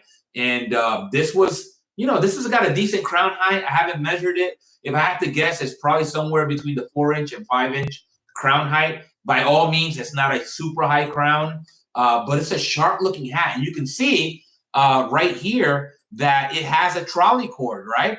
Now, here's a question I'll have for Kevin. this bow style, if you look at this bow here, it looks very much like the bow style that Kevin puts on his McGill. I mean, on his McGill sourced hat. I don't know if that was a coincidence or not. Like if I look at this hat and I look a lot of the KTG hats, and again, I don't own a KTG hat, but Morgan does, and this bow looks a lot like the bow that Kevin was on his signature sky piece. So I don't know. If Kevin ever comes on here, I will ask Kevin directly. I mean, as long as he's okay revealing that, I don't see there's anything problematic about it. I think Kevin already has revealed that a lot of his hats, a lot of the styles of his hats were hats that he's come to appreciate and work with and sell. So we know that the sky piece has origins in Borsellino, right? I forget the model, but there's somebody could correct me. But there was that mint green KTG hat that is really popular. That sky piece started off is influenced by Borsellino. Like Kevin had before he had KTG hats, he had a mint green Borsellino. I believe that was correct, and that became the inspiration for the sky piece. And I gotta think that this bow style. Morgan says, I wish I had every hat I own, but I wish every hat I owned had one. Yeah. The wind trolleys. Yeah. Because they're functional, right? And I think not just because they're also functional. You may never, like, I don't think I've used, I think I've used a wind trolley once, but it was just kind of to see how it would, I just wanted to see how it would feel to use it. But I like the look. Besides the fact that it's functional, and that's why it was used, I think a lot of hats that are modern still have a wind trolley, and some of them are not even functional, meaning that they're not sewn to the degree that you should use them as a wind trolley, right? So some hat manufacturer will come out and say, hey, listen, this is more like for decoration and more for style than it is for function. And then what happens is somebody will say, well, if that's actually good for the consumer, because the consumer can go back and say, okay, well, I'm going to go and modify the hat now to become functional. So what they'll do is, I've seen this on the Fedora Lounge, that they'll reinforce the base of where that wind trolley, that cord originates from. And that way they can actually use the wind trolley, that cord, in the way that it was meant when they were in vogue back in the heyday of hats. So Morgan, I agree with you 100%. Wind trolleys are the bomb. I'm probably dating myself with using the term "the bomb." They're the shiz. They're dope. I don't know. I'm just using I'm just an old guy using trying to use cool language, but I'm basically just kind of becoming a mockery. I don't know what Morgan. You're 19. What do the kids say? If something looks really cool, they call it fire, right? This hat is fire. I don't know. I can't tell you. I have a son that's 26, and I think even he's getting old enough that he doesn't. Yes, fire. Yes, there you go. Thank you, Morgan. This is nothing that I get to know from what the kids are saying. So the kids would say, hey, the Selentino hat's fire. Shout out to the kids, Besides Morgan. Morgan's one of the regulars. She's a hat nerd now. She's not a kid, even though she is 19. I'm like, holy cow, 19 years old. I'm like, I'm blessed. Like, this channel's already blessed for having a 19-year-old. And now we have a 19-year-old moderator. Yeah, you do have a whole old soul, Morgan. I agree. As somebody that also thinks that they have an old soul, I think I know my fellow old souls when I see one, and shout out to the old souls out there. You know what I mean? I think everybody that really is into hat hobbies has into the hat hobby. Now that we are a subculture, is kind of an old soul, because I think there's something. I don't know if it's the movies. I don't know if it's like an old family member, right? Remember I told you that every time if I go and do a private sale, like if I go buy a hat privately, usually like a comment that I've gotten more than once is, oh, you remind me so much of like this uncle I had, or you remind me so much of a granddad that I have, you know, and hopefully it's an uncle rather than a granddad, because I don't want to look too old, you know. I don't mind it, but you know, that part of me that vain part of me wants to like look like more like the uncle. I want to be Uncle Luke, not Grandpa Luke, you know. But yeah, old souls say age well. Well said, Ian. Old souls do age well, right? It's timeless, right? Like we talked about folks that wear hats out in the wild, right? And shout out to those folks that collect and never wear their hats. There's fine. I respect you just the same, right? What I said before, and I'll say it again. If you're not into being looked at, don't wear a hat. Don't wear a fine hat, especially one with a high crown or one that like I don't think any fine hat, regardless of how crown height or what have you, any felt hat is gonna stand out. If you wear a boater hat, if you wear a Panama hat, I mean, I think the only time you could probably blend in if you went to like Miami and put on a Panama hat, and probably nobody will look at you funny because you know it's functional in Miami, right? Shout out to my folks from Miami. If you're listening, keep rocking those Panama hats and normalizing the Panama hat. You know, I'm not a Panama hat collector, but I do love the look. It's synonymous, I think, with Miami right now. At least in the U.S. it is. And it's so normal that to wear a Panama hat in Miami that you won't stand out at all. So shout out to that. But if you wear a felt hat elsewhere, you know, outside of, let's say, the Hasidic Jewish community, you're probably going to stand out. So, you know, if you're going to get into this hobby, just be prepared that folks are going to like notice you. But I've never had that experience, right? You're going to get noticed and it's going to be good. You're going to get somebody, again, remember, carry yourself like an ambassador for this community, even if you don't think of yourself as one, because you really are. You're going to stand out. You know, we talked to Paul. Paul said in the UK, he thinks that the UK is felt hats, the fine hats are out of favor because the folks in the UK are more reserved. They don't want to stand out.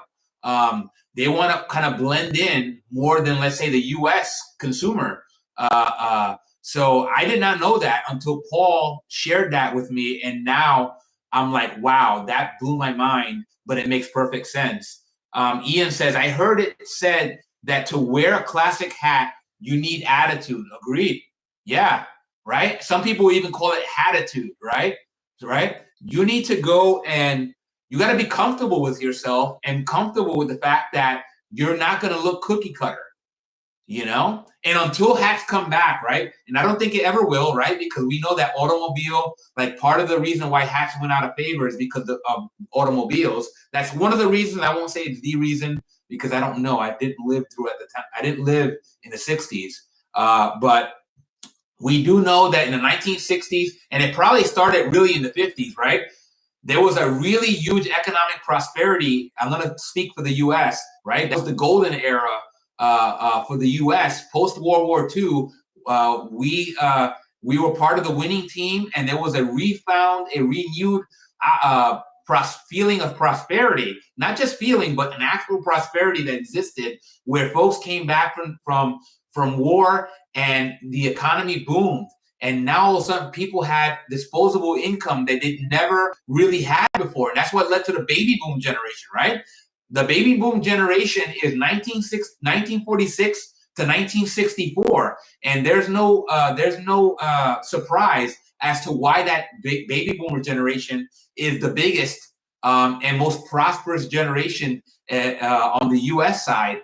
And that's because of the economic boom that occurred. People were like, I'm going to have all the kids in the world and I'm going to own all the things in the world. And that included cars.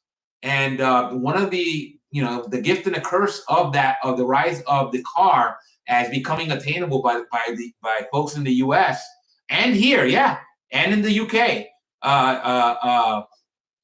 It is synonymous with both the rise of the decline of the heyday of hats, right? Because we noticed that style started happening, right? Right, with the high crown started getting lower and lower and lower as hat makers started appeasing the new hat wearer that was getting in and out of an automobile for the first time.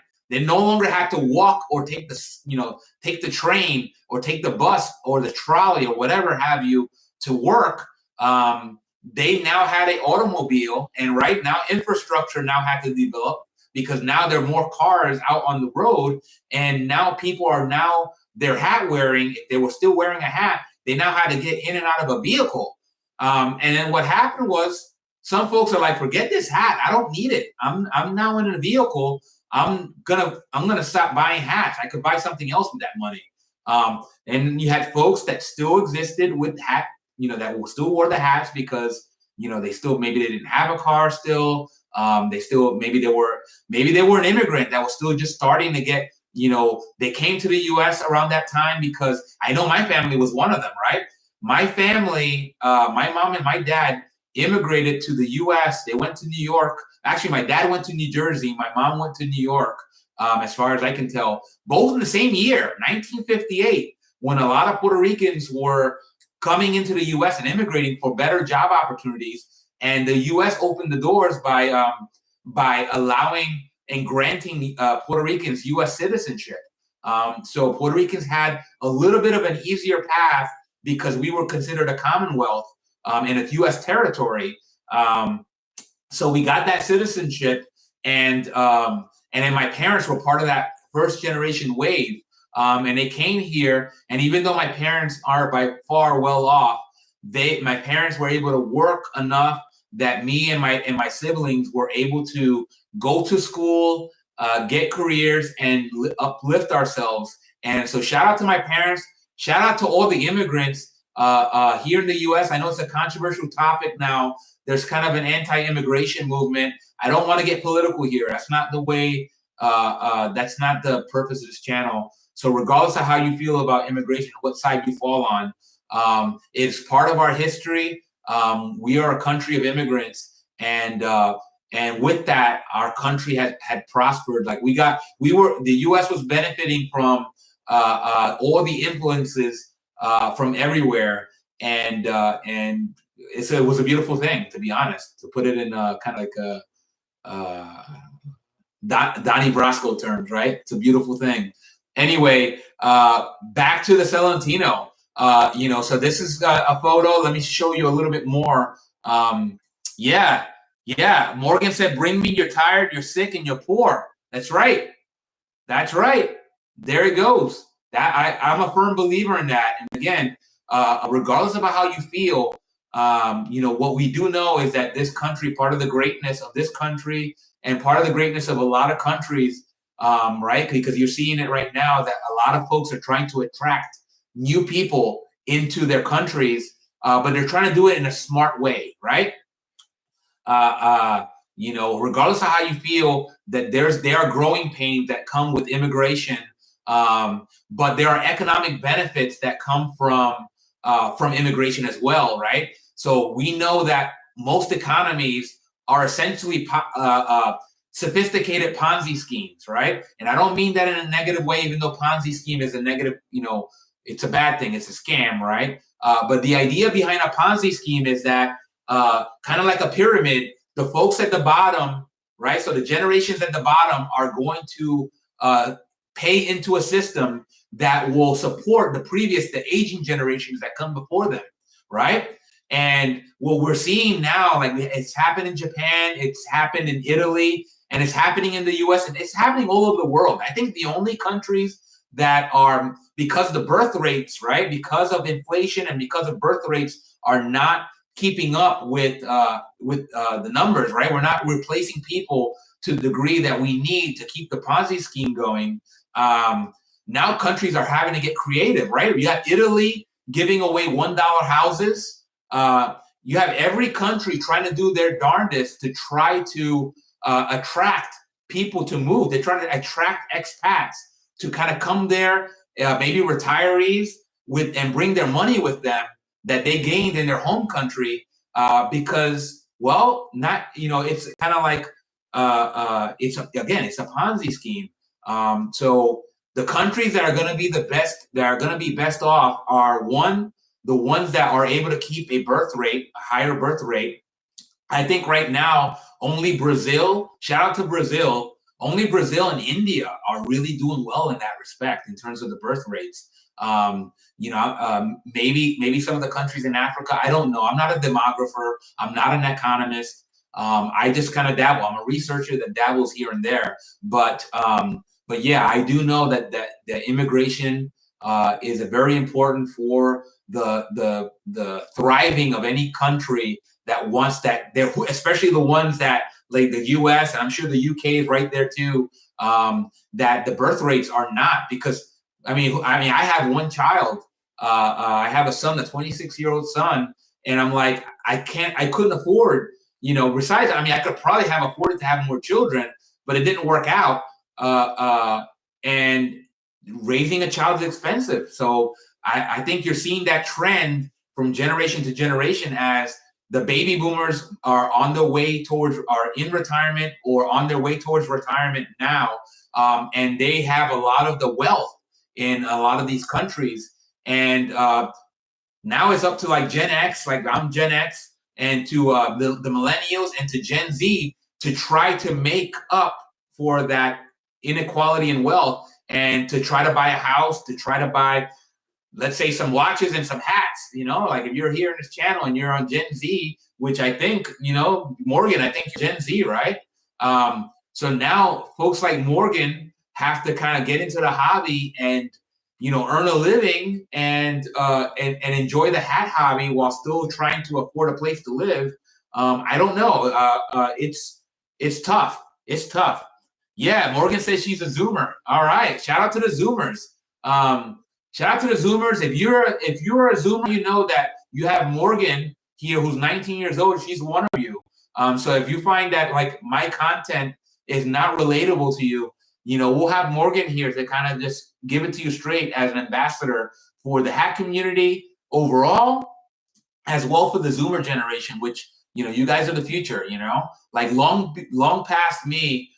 And once I'm done with this planet, folks like Morgan will hopefully be still here kicking and representing.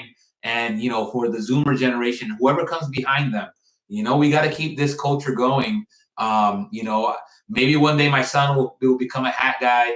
I don't put pressure on him because, he's pretty busy as it is. Anyway, we got the inside of Selentino. Let me see if I can go and zoom in here without causing a catastrophe.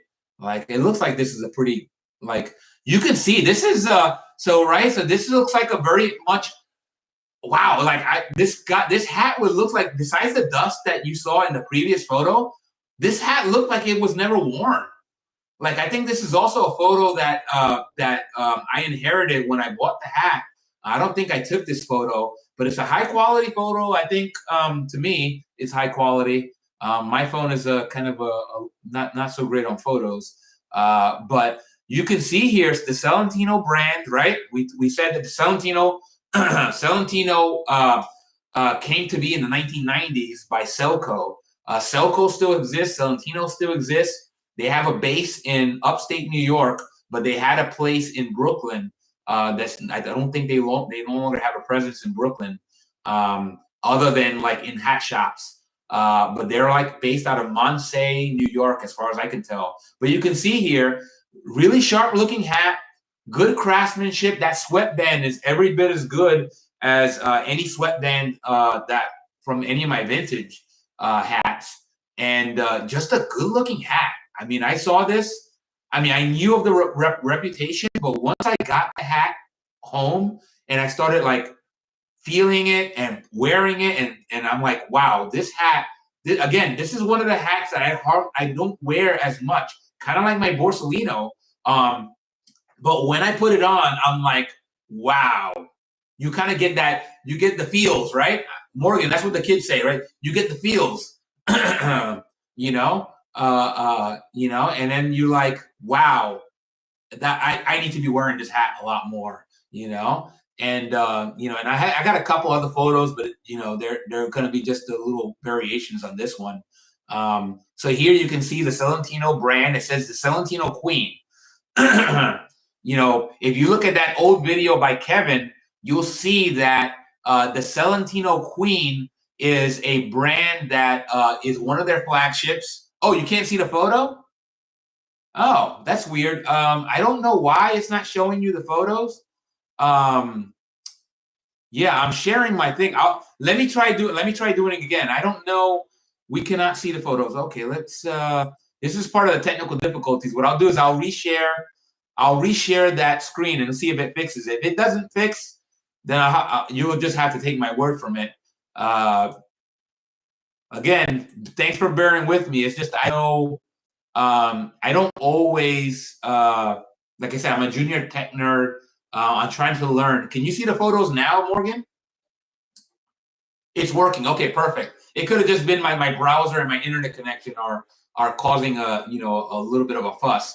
But you can see here, and hopefully you saw the photo prior to that. But this is just kind of like the inside of the hat. This is a photo that I don't think I took, only because I look at a photo and I can kind of sometimes tell I took that photo or that photo existed. This one just happens to be a high quality one, at least to me. Probably the Polish gentleman had an iPhone.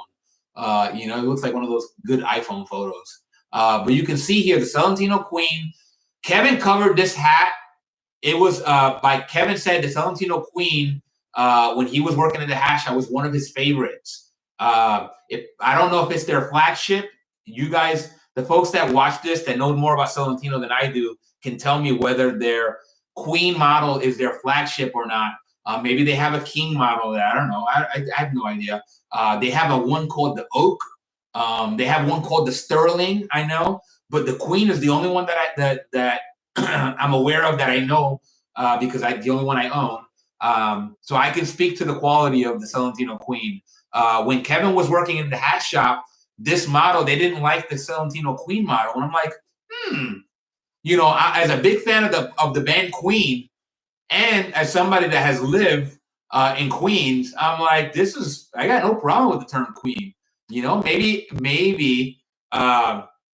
the hat shop that Kevin worked at had a problem because maybe they catered to men. Maybe the men were their primary customers, and maybe they were afraid that the Queen was going to be something that some of their male clients wouldn't want to buy, yeah, love Queen, love the group. Yeah, Queen is awesome. Shout out to Queen. I think the rest of the band is still alive and still playing. I think Adam Levine is like one of the guys that does a lot of the concerts. He replaced Freddie Mercury on a lot of the tour shows. That's another band I want to see, right? Obviously, we can't see Freddie Mercury anymore because he passed away in the 80s. I believe in the 80s or early 90s. And but man, does that music still, I got family that are huge fans of Queen, and I am as well, but I'm just not I maybe not be as nerd. Like, I just know that people that know Queen, they really know Queen because it's an iconic band. Shout out to the UK and believe Freddie Mercury had I want to say he had Turkish or Lebanese roots. I don't know. Either way, I'm glad Freddie Mercury existed and we had him while we had him, and he made the music that he made when he did so because it still stands today, right? You can see a lot of musicians now, and you can already tell that they were influenced by Queen. There's a singer, if anybody wants to check him or her out, I think it's a him. Sorry, I don't always get gender right. Sometimes I see photos and I don't get, I don't gender folks correctly. But I believe it's a him. He has a beautiful voice. I'm just going to refer to him as him. But his name is Mika or Micah. I think it's Mika. Mika. I don't know where Mika is from, but I believe Mika is European. And Mika has music that, and not knowing anything else about Mika's influence, I got to think that Mika was very much. So Ian says he was Zoroastrian. All right, Zoroastrian. I don't know if I'm that familiar. Ian, if you want to kind of just provide a little bit more, I believe you're talking about Freddie Mercury. Yeah, Zoroastrian. I'm not familiar with that classification. But yeah, thanks. Shout out to my historians, music wise and otherwise. Ian, you are a wealth of knowledge. This is why we do this, right? So we get to share and I get to learn. I did see the biopic for the Bohemian Rhapsody biopic. The gentleman, I think his name is Remy Rallick. I'm probably butchering that, but Remy did a fantastic job in that role. He was Freddie Mercury. One tidbit is that Sacha Baron Cohen, who did Borat and did what's the other one? Anyway, everybody knows Borat and and Ali G. He was in line also to try to play that role, but I guess Remy beat him out for the role. But he's also, if you've seen Borat, you can see that he has a very striking. Sacha Baron Cohen has a striking resemblance when he's wearing the mustache to Freddie Mercury. It really is uncanny. But Remy did a great job, and yeah, fire worshippers from Iran and Indian Parsis or Parsis. I'm probably butchering that. Yeah, isn't that amazing? Isn't that amazing? And then, okay, so this is what I know about Freddie Mercury is that his unique voice was a byproduct, right? So everybody that kind of knows that iconic Freddie Mercury profile, he had a very pronounced overbite. And what okay, Morgan saying, you are so cool, Ian, a plethora of knowledge. Yeah, I agree. Ian, if you need independent verification, Morgan's absolutely right. You are cool. And that's just I gotta imagine the musicians and cool kind of go together.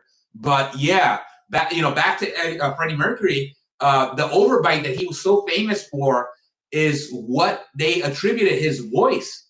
That his voice, it assisted his voice and gave him the tonality to his voice. And I think that's fascinating, right? Because like maybe Freddie grew up hating his overbite. But it was iconic. Like maybe without his overbite, we wouldn't get the Freddie Mercury that we know and love today, right? Maybe he would have never been the same. So yeah, shout out to Freddie Mercury. Shout out to Ian and Morgan here for chopping it up with me. Yeah, shout out to Queen. And again, the reason we got here was Selentino Queen. I don't know why they termed it that way. But it's a very kind of regal name, right? We see the little roundel in the logo. It has a crown on top of that. One day, maybe I'll learn a little bit more about why that crown and that logo exists the way it does. But it's termed the Queen. When Kevin was working in the hat shop, I believe he said that the hat shop referred to this model. They got Selentino to alter the name, and they sold it as the Selentino Hamilton. Somebody that knows that video better than I do, or maybe Kevin will answer that one day, is that Selentino at the hat shop he worked at was referred to as the Hamilton. And I love Hamilton, the name, right? I love the play, right? Shout out to Lin-Manuel in Hamilton, the musical. Lovely musical. I'm also a big fan of In the Heights. Great modern musicals. And probably, yeah, I think it's worldwide renowned, right? I heard of Hamilton before I even saw Hamilton. So I think that was people's gateway. Most people, that was my gateway into the Lin-Manuel universe. And I saw In the Heights, and as somebody, New Yorker, and somebody from Latino descent, In the Heights it has a special meaning to me because the music is great. The scenery is great. The story is great. If you haven't seen Hamilton or In the Heights, actually, there's a movie adaptation of In the Heights that came out just a few years ago. And it's just chock full of great music. And Lin-Manuel's in it. He has a big role in the actual In the Heights.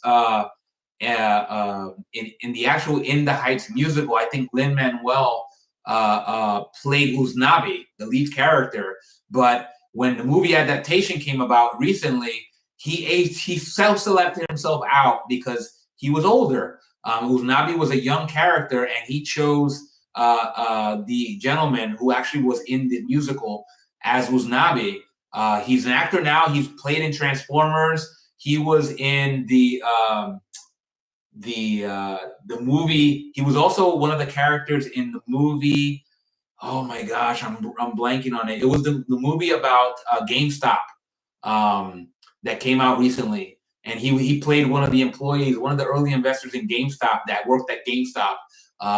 Shout out to him. Great voice, great actor, and I hope we see more of him. Who knows? Maybe he actually wore a great flat cap in the Heights. So if you're into, that's another style. I own one modern flat cap. It's a Boston Scally cap by Boston Scally Cap Company. Shout out to them. I own one. I don't wear it every day. It's kind of a knockaround hat when I want to wear something different.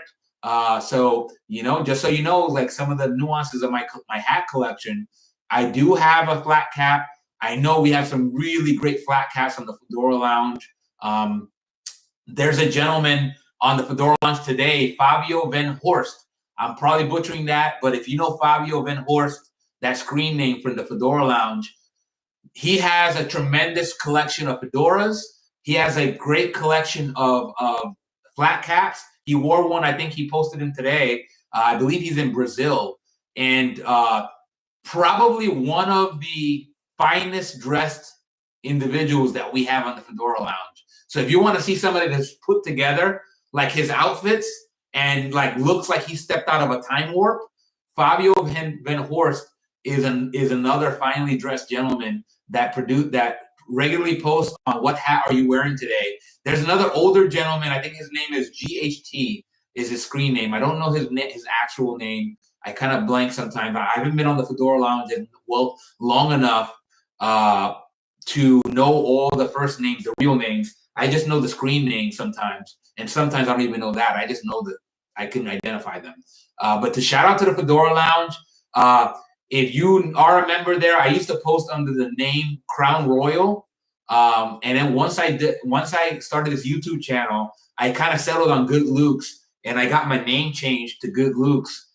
So now I kind of have some more standardization. I just figured, Crown Royal is already a name that exists for obvious reasons. Crown and Coke is kind of synonymous with the.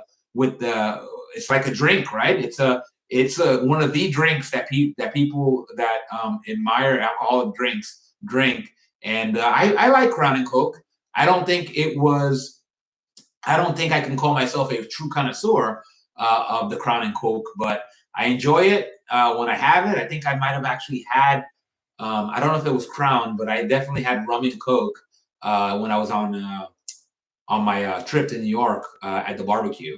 I usually I try to limit my alcohol intake these days, but I do favor a Crown and Coke.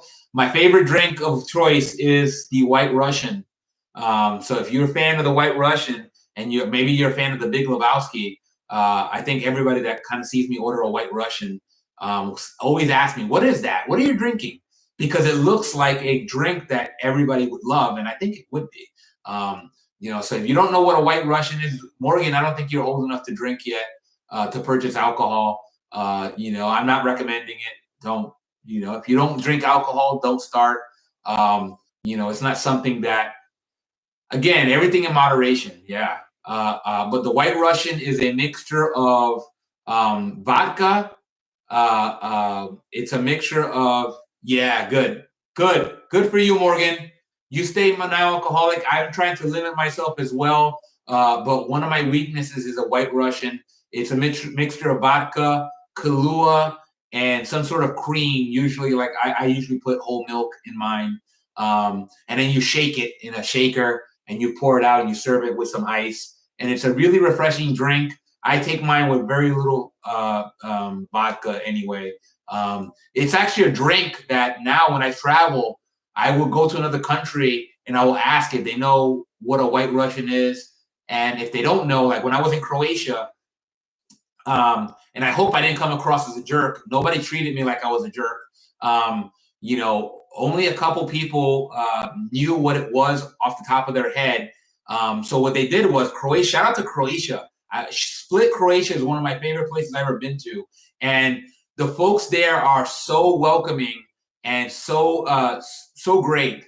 So I would go, and when I was feeling like having alcohol, I would ask for a White Russian, and almost always, if they couldn't identify what it was, they would ask me, just tell me what it is, or I'll Google it. I've had several waiters Google it and make a great White Russian. I'm like, thank you. I don't know. Again, I try to blend in and I try to eat what the locals eat.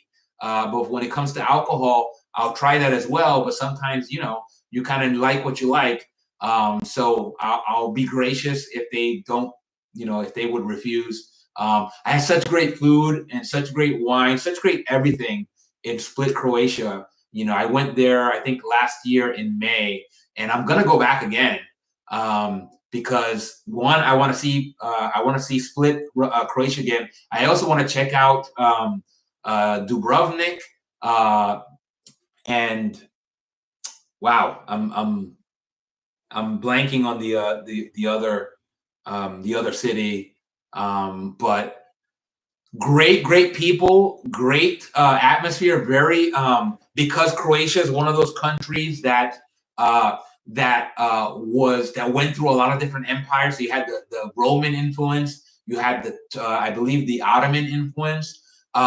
They are very much a culture now that in their architecture and in their culture, they are very integrative. So there's a lot of Greek influence, obviously for Croatia, and their food, their personality, and their warmth is really, I really appreciate it. As somebody that comes from a Latin American origin, I feel very home in Croatia when I go visit. I've only visited once, but I felt like, hey, this is one of my countries. I feel like I'm going to get the same thing for a lot of other countries that I'm going to visit in the near future. I haven't been to Poland, but I'm going to make it. I just don't know I don't know how quickly I'm going to be able to, because I want to do a lot of different areas of Poland. Because besides Warsaw, there's Krakow. I definitely want to see Krakow, and I also want to see Wrocław. Wrocław is one of the big cities that I think is also underrated for Poland, and it's on the southwest side. I think closer to, oh wow, is it closer to the Czech Republic? Anyway, Ian, maybe you know a little bit better on your geography. I believe the southwest of Poland borders the Czech Republic and Germany. Anyway, I'm still learning. I never present myself as any kind of expert, but shout out to Poland, shout out to Croatia, shout out to the entire world that might be watching, or even when they watch in syndication, right? So this video will be posted and will live past me. So maybe there's some future Europeans that, other than the ones that have already been part of the live stream here. We had Ian and Paul, I believe, both in the UK. So shout out to the UK, and also shout out to like I said, Czechoslovakia and the Czech Republic, because that's the hat of the origins of the hat and the felt for the hat that we're looking at today. And this is just another photo, kind of just showing 100% genuine velour. Again, this is my second velour hat. My first was my Borsalino velour from the 70s, the early to mid 70s, a pre-bankruptcy velour that I showed on this channel before. And I love that hat too, just the same. Anyhow, we are running up to the 3-hour mark. Wow, I must have like, this coffee mug is kind of cold by now, and probably more full than I thought it was going to be. But I still have more coffee. I'm going to still keep caffeinating. But I think this is actually a good time to start wrapping up the stream. Let me go and get rid of the screen sharing. And so if you joined us, Morgan, thank you to Morgan, our moderator, who I found out was 19. I'm like, God bless you. God bless to the Zoomers and the Gen Zers, or whatever the appropriate name is for that generation. You're always welcome in this channel, regardless of how much you know or care about hats. If you want to stop by and make fun of my hat, maybe I don't prefer that, but I'm fine. But I'll get over it. I have a thick skin sometimes. But yeah, thank you. Shout out to Morgan. Shout out to Ian, who was I don't know if Ian's has ever Ian, I don't know if this is the first time joining us and interacting. But yeah, you're welcome here. You can again, I'll throw out the invite to you if you ever want to zoom in with me, or Teams, or whatever the platform is that we'll use to get you connected. You're always welcome. If you only want to come here and talk, yeah, first time, great. You're always welcome. And again, I don't obligate anybody here to interact with me. I think I used to, in my earlier streams, I would call for people to like interact, but then I realized that some people just want to watch, and I'm cool with that. Just FYI, if you didn't catch that, you catch it now. If you don't want to interact with me, and you just want to see me talking, or you see some of my guests talking that I might have in the future, I'm cool with that. What I will ask, if you kind of haven't done so, like the video, subscribe if you haven't already. Not because I'm trying to become really rich with this channel. I think at some point, if I get enough subscribers, YouTube has incentivized this with like features.